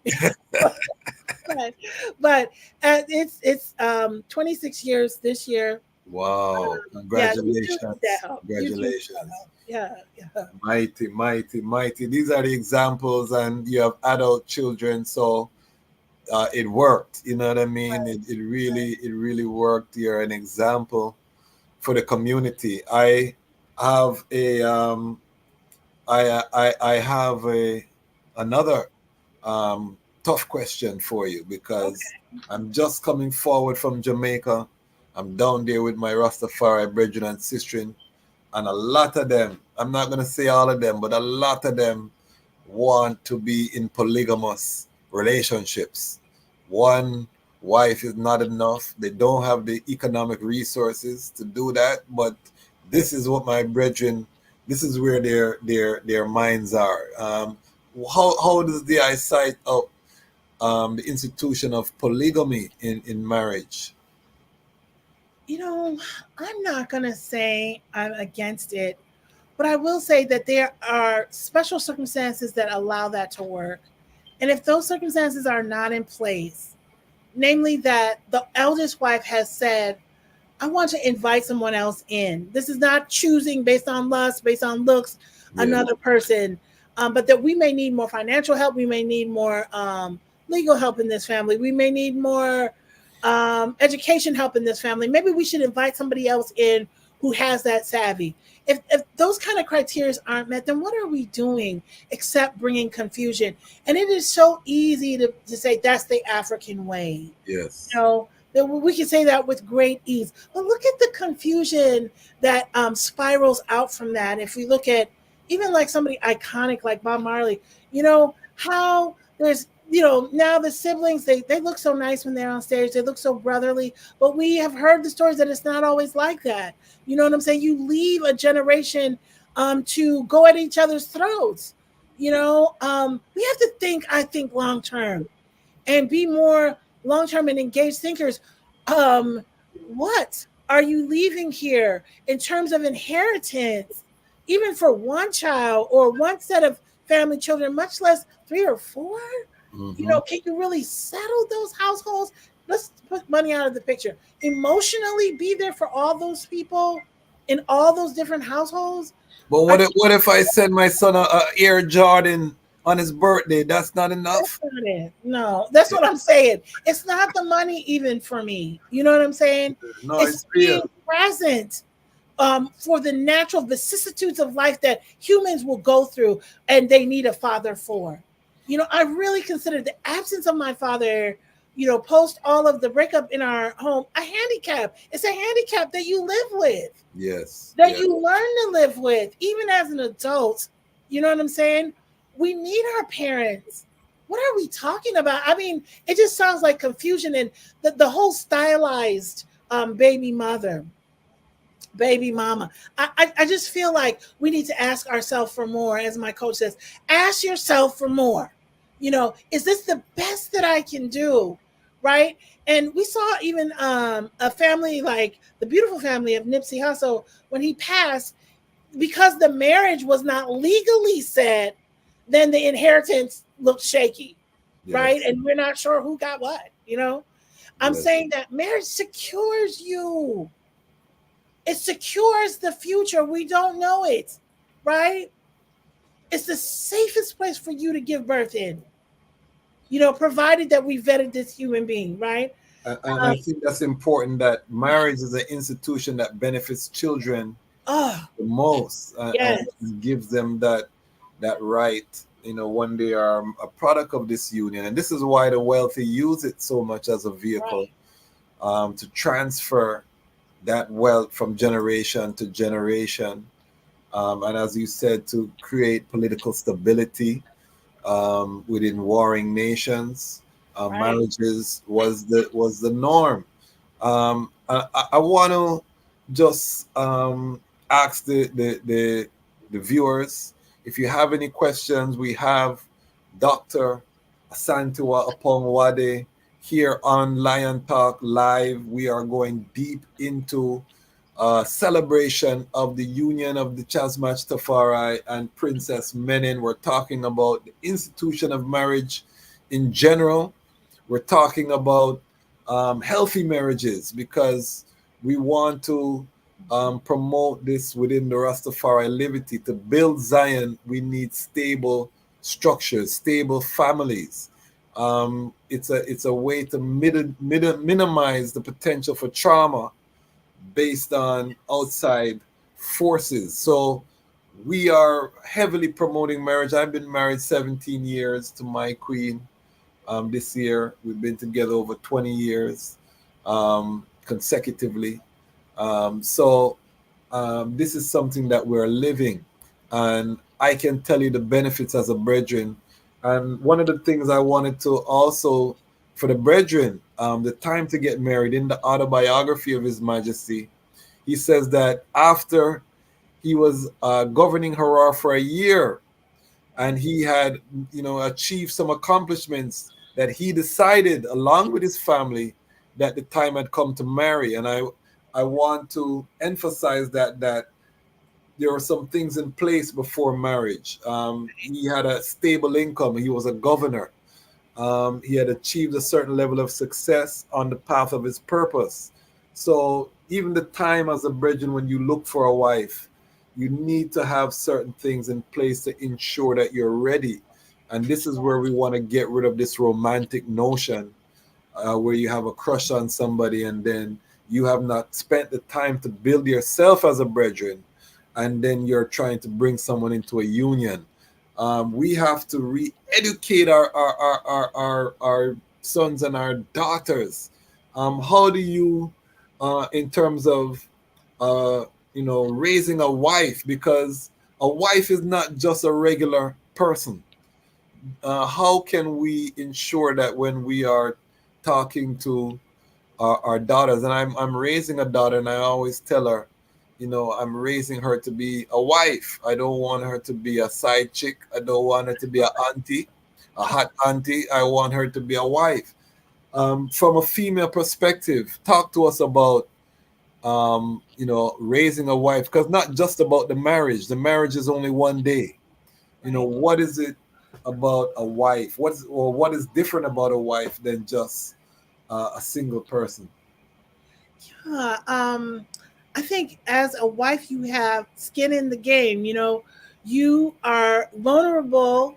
Um, you have the same vulnerabilities as your husband has, and we can build consciousness of that from building even amongst siblings. That you have to understand that if I leave you with your brother, 100, I need everything about him that I usually do for you to do. You know what I'm saying? This is how we look out and understand that family is the first thing that we protect. We don't go run outside with our friends and not understand where family is and put good cover over family.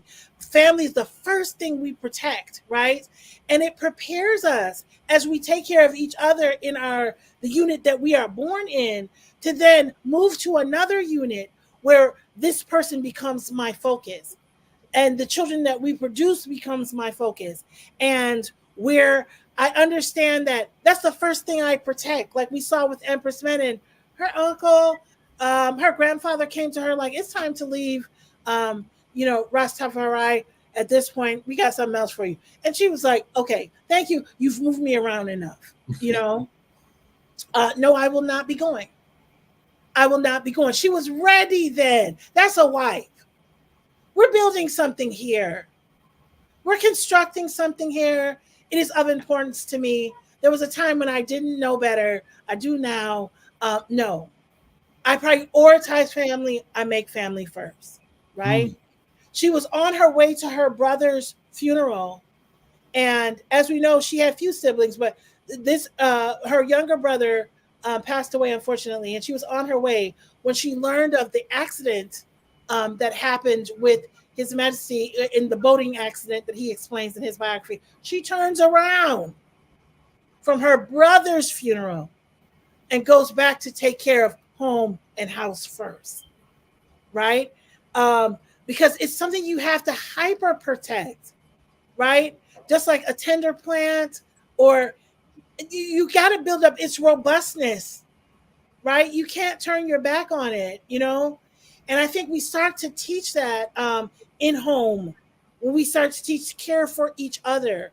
And we don't only do that because mom said so, but as exercise for what happens in real life. Excellent, excellent. We have Dr. Asantewaa Oppong Wadie here, doctorate in African history. And we are going deep into our own history. And if you are not subscribed, please go ahead, click the subscribe button. We're building Ras Tafari independent, non-aligned media. Big up Lion Pride on Patreon. We have monthly subscribers who are giving $5, $10, $15, $25 a month to ensure that we can continue to bring this content and to also elevate the content. We want to bring animation, blockbuster films, documentaries, news programming on the Lion Voice Network. We want to be your premier Rastafari content hub. We are Rising Rastafari independent, non-aligned media. So join the revolution. We are growing very rapidly. Big up everyone who has watched our Norrisman interview. We're gone over 1,000 views over there. Yeah. Over 1,000 views on our Queen Amiga interview. We have Micah Shamaya up right now. We just dropped Jalifa, another rising talent out of Trinidad. We just dropped our Ras Attitude interview. Family, I'm fully loaded with content. We have many interviews to upload. We're going to be lining up some interviews with our family in Ethiopia right now. So stay tuned. We're bringing the global family. We're going to be doing a lot more African content with our Rastafari family on the continent because their story has not been heard. And we want to hear, and we have communities in Ghana, South Africa, Tanzania, Malawi, Ethiopia, Kenya. We're going to be touching all of them. Zambia. We're going to be touching all of these communities so you can hear from them. Here we're bringing the Rastafari family together, one story at a time. So big up. I want to before we seal up, because we're almost at 2 hours already. The time is flying. Talk to us about Empress Menen Chronicles. What that was like, putting that together, what people can find in the book, and then we're going to pitch because we have 16 people here with us live. We want them to dip into their pockets and spend their Rastafari Pan-African dollars to support anyone we bring here on the Lion Pride. We want to give them some love. We want to give them a love splash, an economic splash here on the Lion Voice. So I have my copy.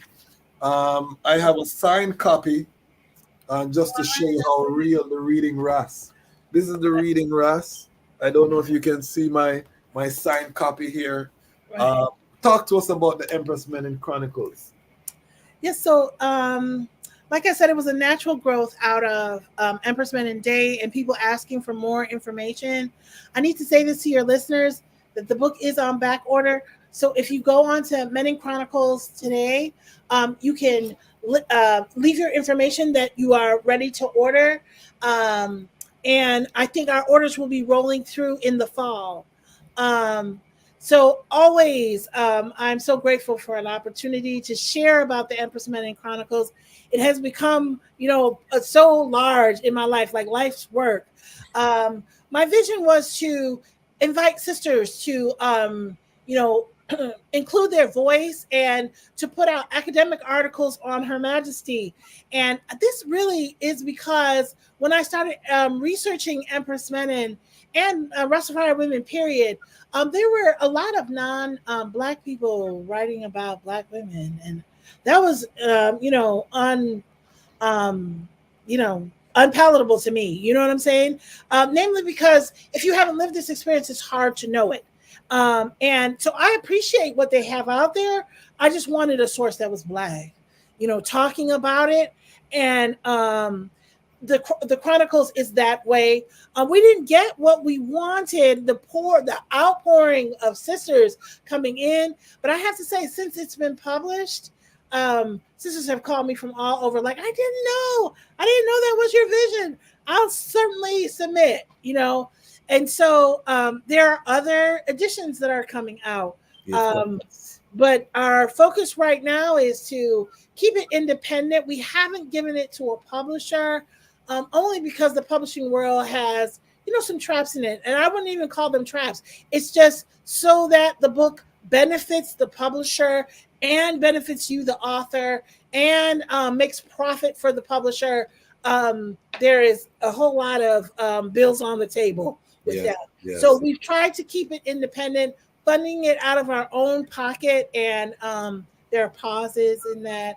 But I won't give up. When I first saw it, I struggled so much to get it together that the day that I picked it up, I remember where I was on the south side of Chicago, picking up my first copy and like bursting into tears. Wow. Because it took that much work and effort from me, and that it's here, and people call me all the time and let me know how much the book has blessed them.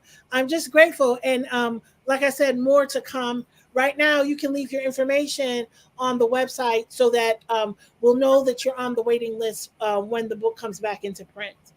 Okay, and as an author myself, we have Haile Selassie's Ethiopia. Yes. I know exactly how you feel.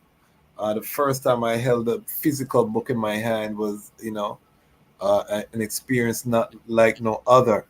Knowing what it takes to birth a book, it really is very difficult to bring it to completion. The editing, the constant, it's hard because you've read it so many times by the time it comes out. Right. You know what I mean? So I can imagine. One of the things I love about the book is that you have some excerpts from interviews with Empress Menen. I didn't know Empress Menen was so fiery, because she's so, I read the speech to the women, on Women's Day, and you read certain speeches, but it's so difficult to find her word sound and her voice. So the excerpt of the interview she had with a Western woman who was trying to trap her into say something bad about, to get her to say that she was oppressed, trying to put her into kind of feminist kind of mind frame on how Empress Menen dealt with her, I thought was so fascinating. How did you find some of this material to include in the book? Yeah, it's the dig, it's the righteous dig, and I remember talking to Nana Farika years ago, and she was like, for years, all I ever had that Empress Menen said was portions of that peace speech. That's all we had. And we hung onto that like for dear life, right? But she said she was an empress. Of course, she said more. And I was sitting at my desk at work, and I thought, what would happen? I use databases all the time to find the works of Thomas Jefferson and, all the other American historians. I said, what would happen if I put Empress Menen's name in this database? What would happen? And I just typed it lightly, Empress Menen. Ethiopia, and 10,000 hits. Wow. And of that, I would say more than half were her death announcements, Okay. her transition announcements. And so if you're going to it, like, I need all the juicy stuff to pop up at the front, you're going to go through a lot, because the Western world acknowledged that she transitioned because they were interested and still are interested in Ethiopia. You know what I'm saying? And so they were watching all royalty, like, oh, I think she's sick, and report that, Yeah, yes. but they had, a nefarious intent. But Do we know the cause of her passing? Is it definitively stated? you know what? That's one of the critiques that I have for the translator of her biography.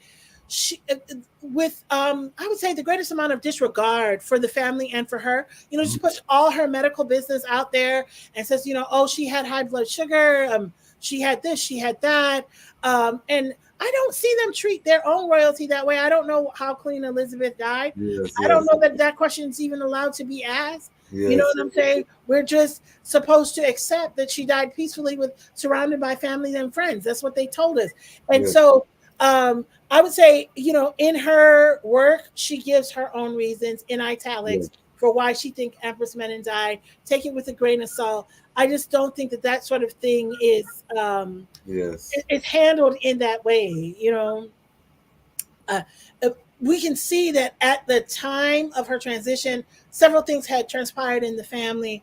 Lastly, being the son that she didn't expect to, no one expected to die. They learned that he died in a car crash, and yes, um, deep mourning for that. These were losses that no parent could sustain, right? Really, no mm, parent wants. And she had bravely endured losses earlier in life of some of her daughters, and worked through that and became even more faithful. You said her faith would surge with each loss like that. But I mean, these things compile, and they hit the heart quite hard. yes, yes, You know what I'm saying? Yeah, that would be the most I could say about yes, yes. Give yeah, why she thanks for that perspective. Give thanks for that perspective. So, in terms of future work, what is your vision in terms of further documenting Empress Menen? There's an extensive history of her business affairs that I think needs some highlighting, because she was quite the businesswoman. Her acumen, and even in the interview that is excerpted in the Empress Menen Chronicles, she speaks about Ethiopian women having the ability to buy property, coming into marriages with their own money. She says even some of them get rich off a divorce. Some of them choose that route. And what I found fascinating is that she said all the women in Ethiopia are married and they all have Right, homes. Because, and I think, how I rationalize it is that not she's talking about the rule and not the exception. So of course there would right. have been Some, exceptions, but it's right, generally the expectation in Ethiopian societies that you would become married at some point. And there were Islamic, polygamy was recognized in Ethiopia. Sharia law was allowed for the Islamic members, so that was a reality, of course, also in the Omo Valley. Um, so much happening. All right, Sister Karima says also, as he mentioned in interview, it causes overpopulation. Okay, serious. I think she may be talking about polygamy. Is that marriages, yeah. okay? Okay.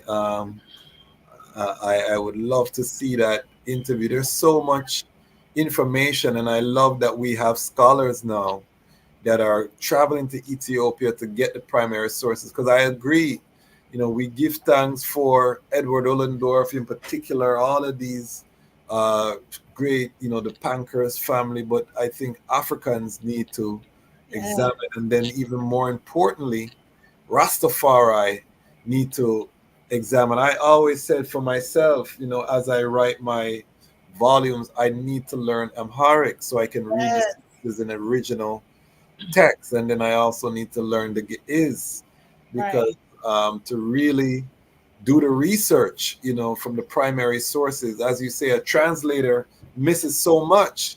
Right. You know what I mean? If you don't understand the context. If I talk to someone in patois, in Jamaican lingo, and they're translating, they're gonna miss so much texture of Right. what's being said, and the underlying meaning, unless you come from that culture.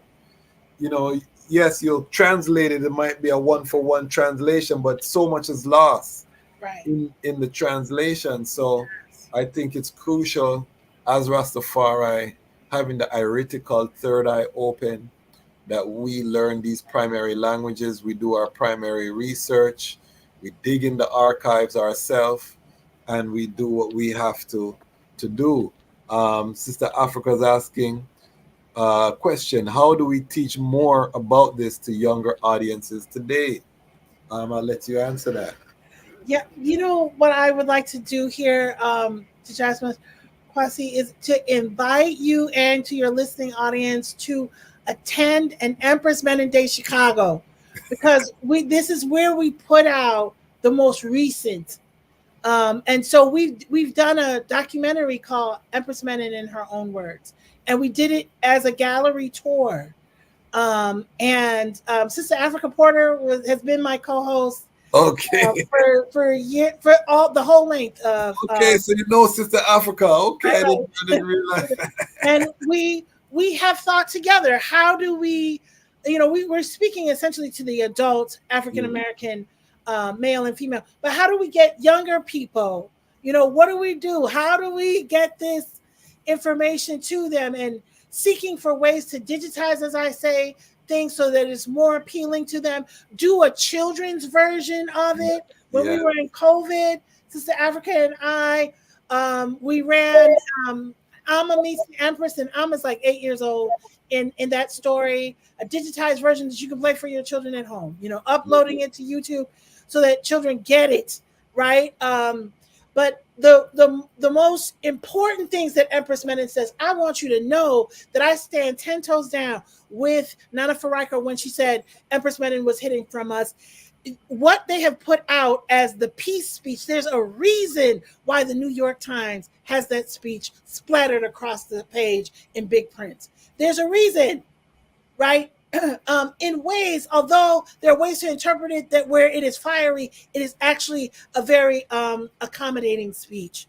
Empress Menen, just months later, will give a speech in 1936 that will rock them, because she calls them all out. You all do not run democracies. France, you don't run one. England, you don't run one. How are you watching a larger country come and bomb us? And that didn't make the papers, because they want to pacify her, because they want to pacify us.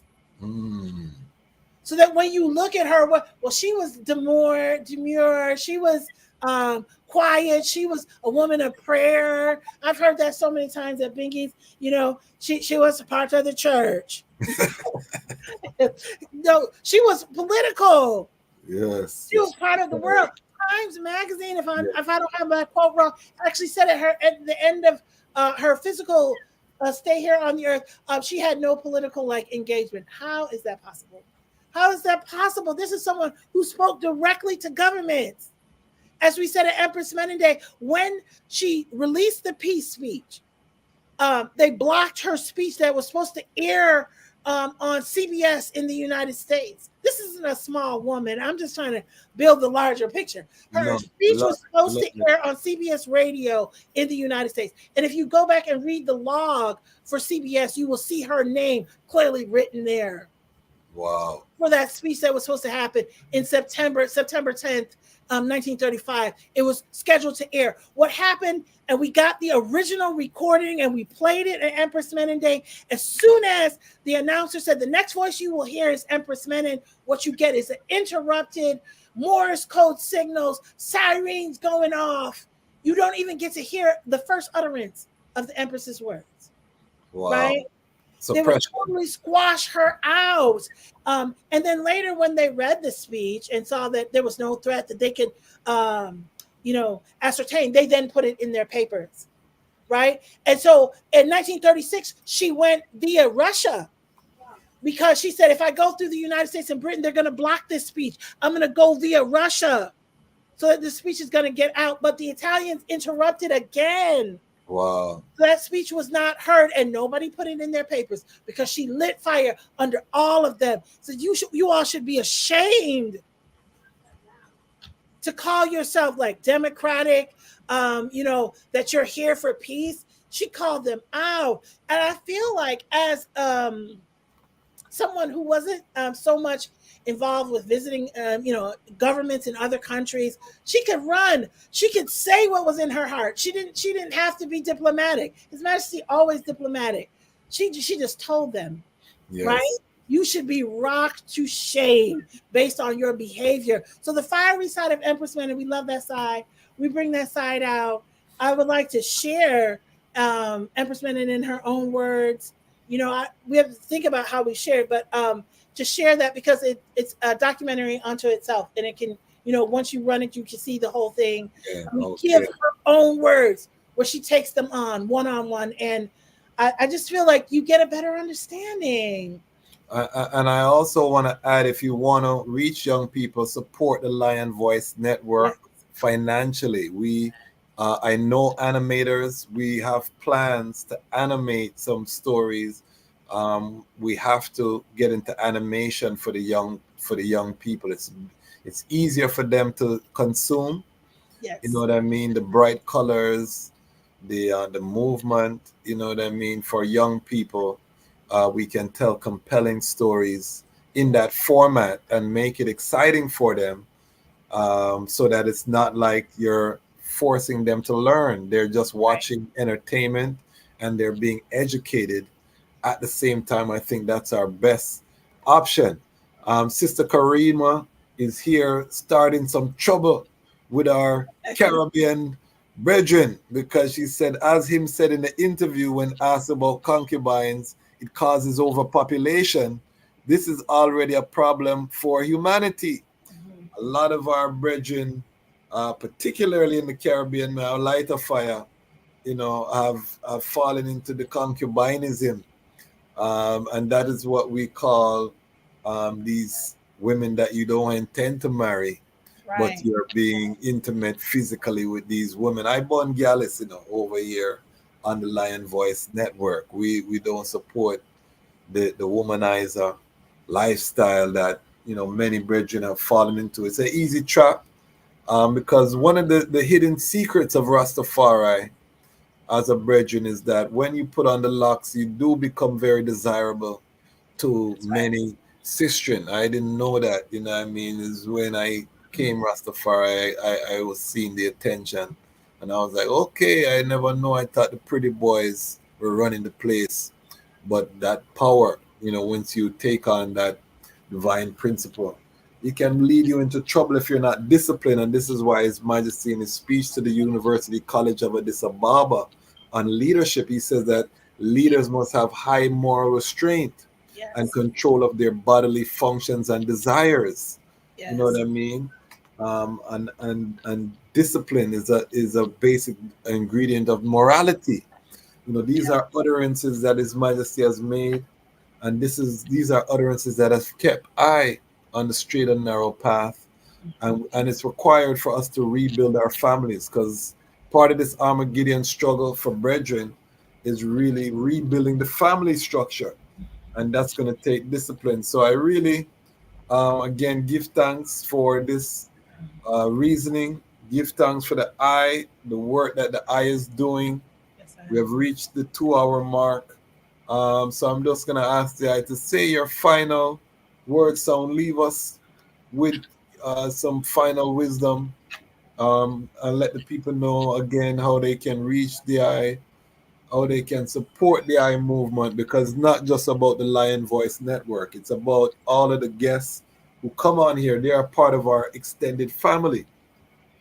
I want all of the Lion Pride to spend, let us build that culture. We have to re-educate ourselves. Yes, we're living hand to mouth, most of us. But at the same time, we're finding money to pay for things in Babylon. That's right. That money is going on. If you're living in America in particular, you're not surviving without spending thousands of dollars a month. That's Right. just not a reality Right. anymore in Right. America. You know what I mean? There's no little hundred here or there. Rent, you're already in the thousands. Any major city in America right now, if you're living. So money is passing through our hands. We have to make the sacrifice to siphon off a 50, a 10, a 5, a $25 and make sure it's going back into the community that we say that we're a part of. It's so crucial, family. I keep stressing this on this platform that we have to fund our liberation. No one is coming to save us. I keep saying that. So we definitely are there. Now, Nikki Dreadlock says, give thanks. Thank you, Africa, for sending this link to me. So, Sister Africa, I hope you're part of the Lion Pride. You have been so lively in the comments. We want the eye to be a regular feature. I can see why Dr. Asantewaa speaks so highly of the eye and why you're her co-host. Because you've been so active and so joyful in the comments. So I hope that you have subscribed to our platform on YouTube and that you will join us and prepare for the eye interview, because this is the platform where we are hearing from the workers, you know. Sister Karima, I hope the eye is also preparing the eye self, the eye and the eye king man, because we need all of these voices to touch. The time to gather is now. I'm long-winded, Doctor Santa. So let me turn it over to the eye for your final word sound, and then we can seal up this beautiful gathering. Yes, I would like to underscore what you said, that the Lion Voice Network is definitely worthy of our support. And I saw a few people here from Empress Menen Day Chicago, and I'm urging you all from my heart to support this network. And I think, in addition, I just want to leave the family with the whole idea that an example has been set. Myself and others are from examples of marriage that didn't go the way we would have liked. And that is not the end of the world, because an example has been set, not only by this couple, but this couple was so visible on the world stage. In terms of Black power couple, I don't think we have a more visible couple in the 20th century. So we can access that. We can look to that. We can say, wow, if they can do it, so can I. I urge you all to take family building seriously. Above and beyond anything else that we do, this will have the most lasting impact. So I give thanks for this opportunity to share. Give thanks to Dejazmatch Tafari. It's really been a blessing. And man, many more I'm hoping for. Yeah.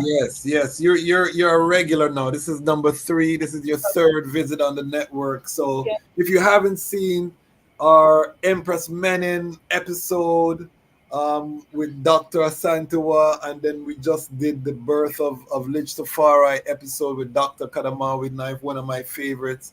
And now this. So we have a growing archive of her knowledge. If you love the knowledge, go forward in our Lion Log and watch those videos. Today, family, we celebrate the 113th anniversary of the wedding of Ras Tafari and Princess Menen, who would become Haile Selassie and Empress Menen. This is a day that we're going to celebrate on this channel every year. We believe that marriage, or we know that marriage, is one of our important institutions, and I see our generation, Generation X, the millennial generation, Generation Z, our job is to break the generational curses, to re-establish the institutions. His Majesty trod on earth was the building of institutions in Ethiopia, all of which still remain to this day. And as his children called by his name, we are called to rise forward the institutions of nationhood, of power. And there is no power without marriage. The family is the first government. As a king, you must have a kingdom. Your kingdom is your family. Your queen is a part of that. When you're vetting your queen, you must have family involvement. We have to restore our family structure. So that's what we're about. If you're not subscribed to the Lion Voice Network, please go ahead, click the subscribe button, like, share, tell your brethren, tell your sister, Ras Tafari, independent, non-aligned media is on the rise. We are here. We have arrived. Why? Because the time has come for the lions to tell our own story. And this is the Lion's Voice. All right. Good thing. Give thanks. Yes, sir.